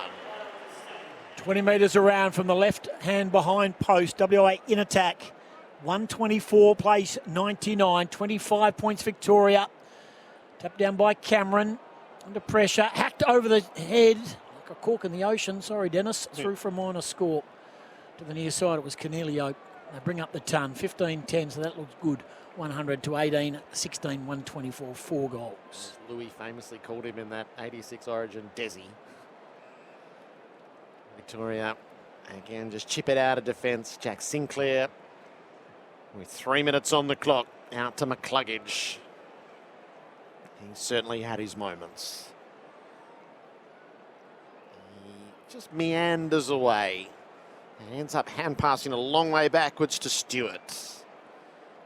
Defender clears the defensive area for Gawn. That looked very wide. The umpire right on the spot, though, on the boundary. Happy to have the mark paid. Gawn stepped back into the field of play very quickly and then did the right thing and kicked it out on the full. That's very gentlemanly, Max. Yeah, he's a Victorian boundary umpire, that kid over there, I think, too.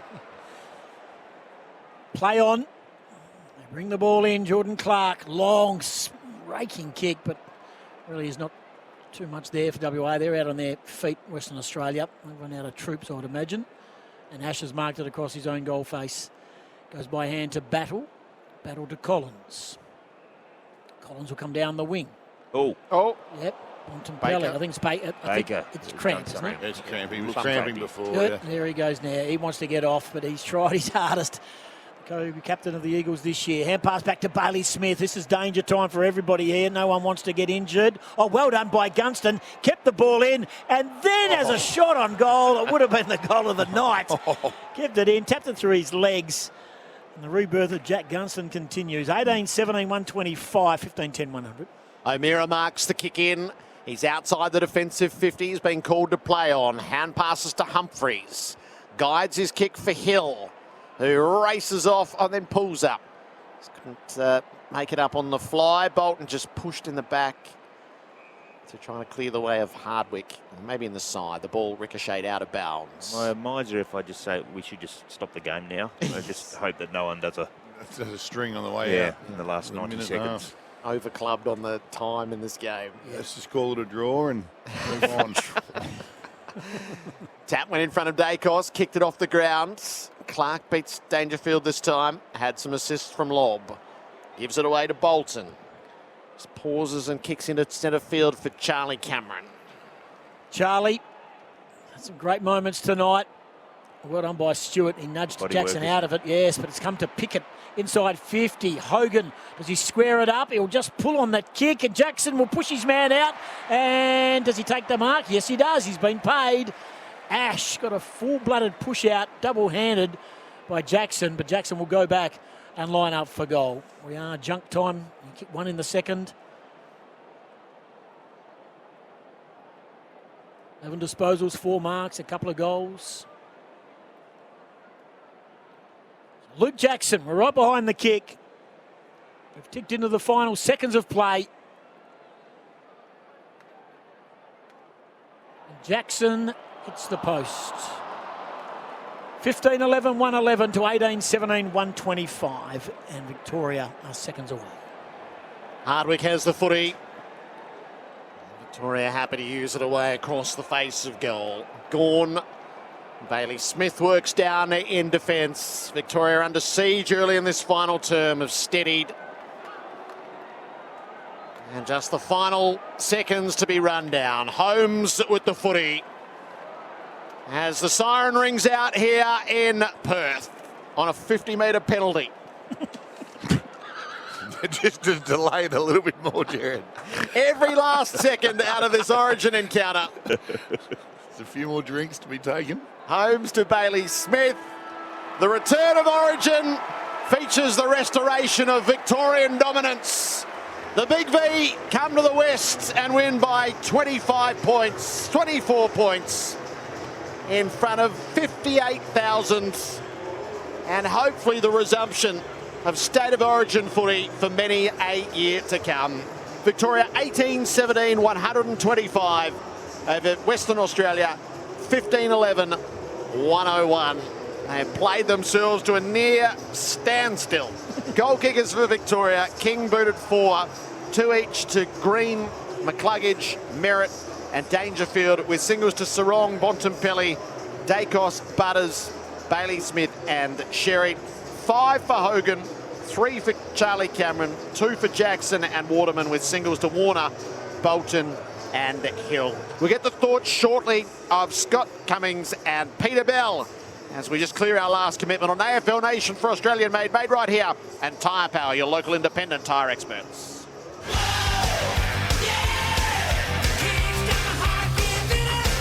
The 2026 AFL State of Origin on AFL Nation for Australian made right here, and Tyre Power, your local independent tyre experts.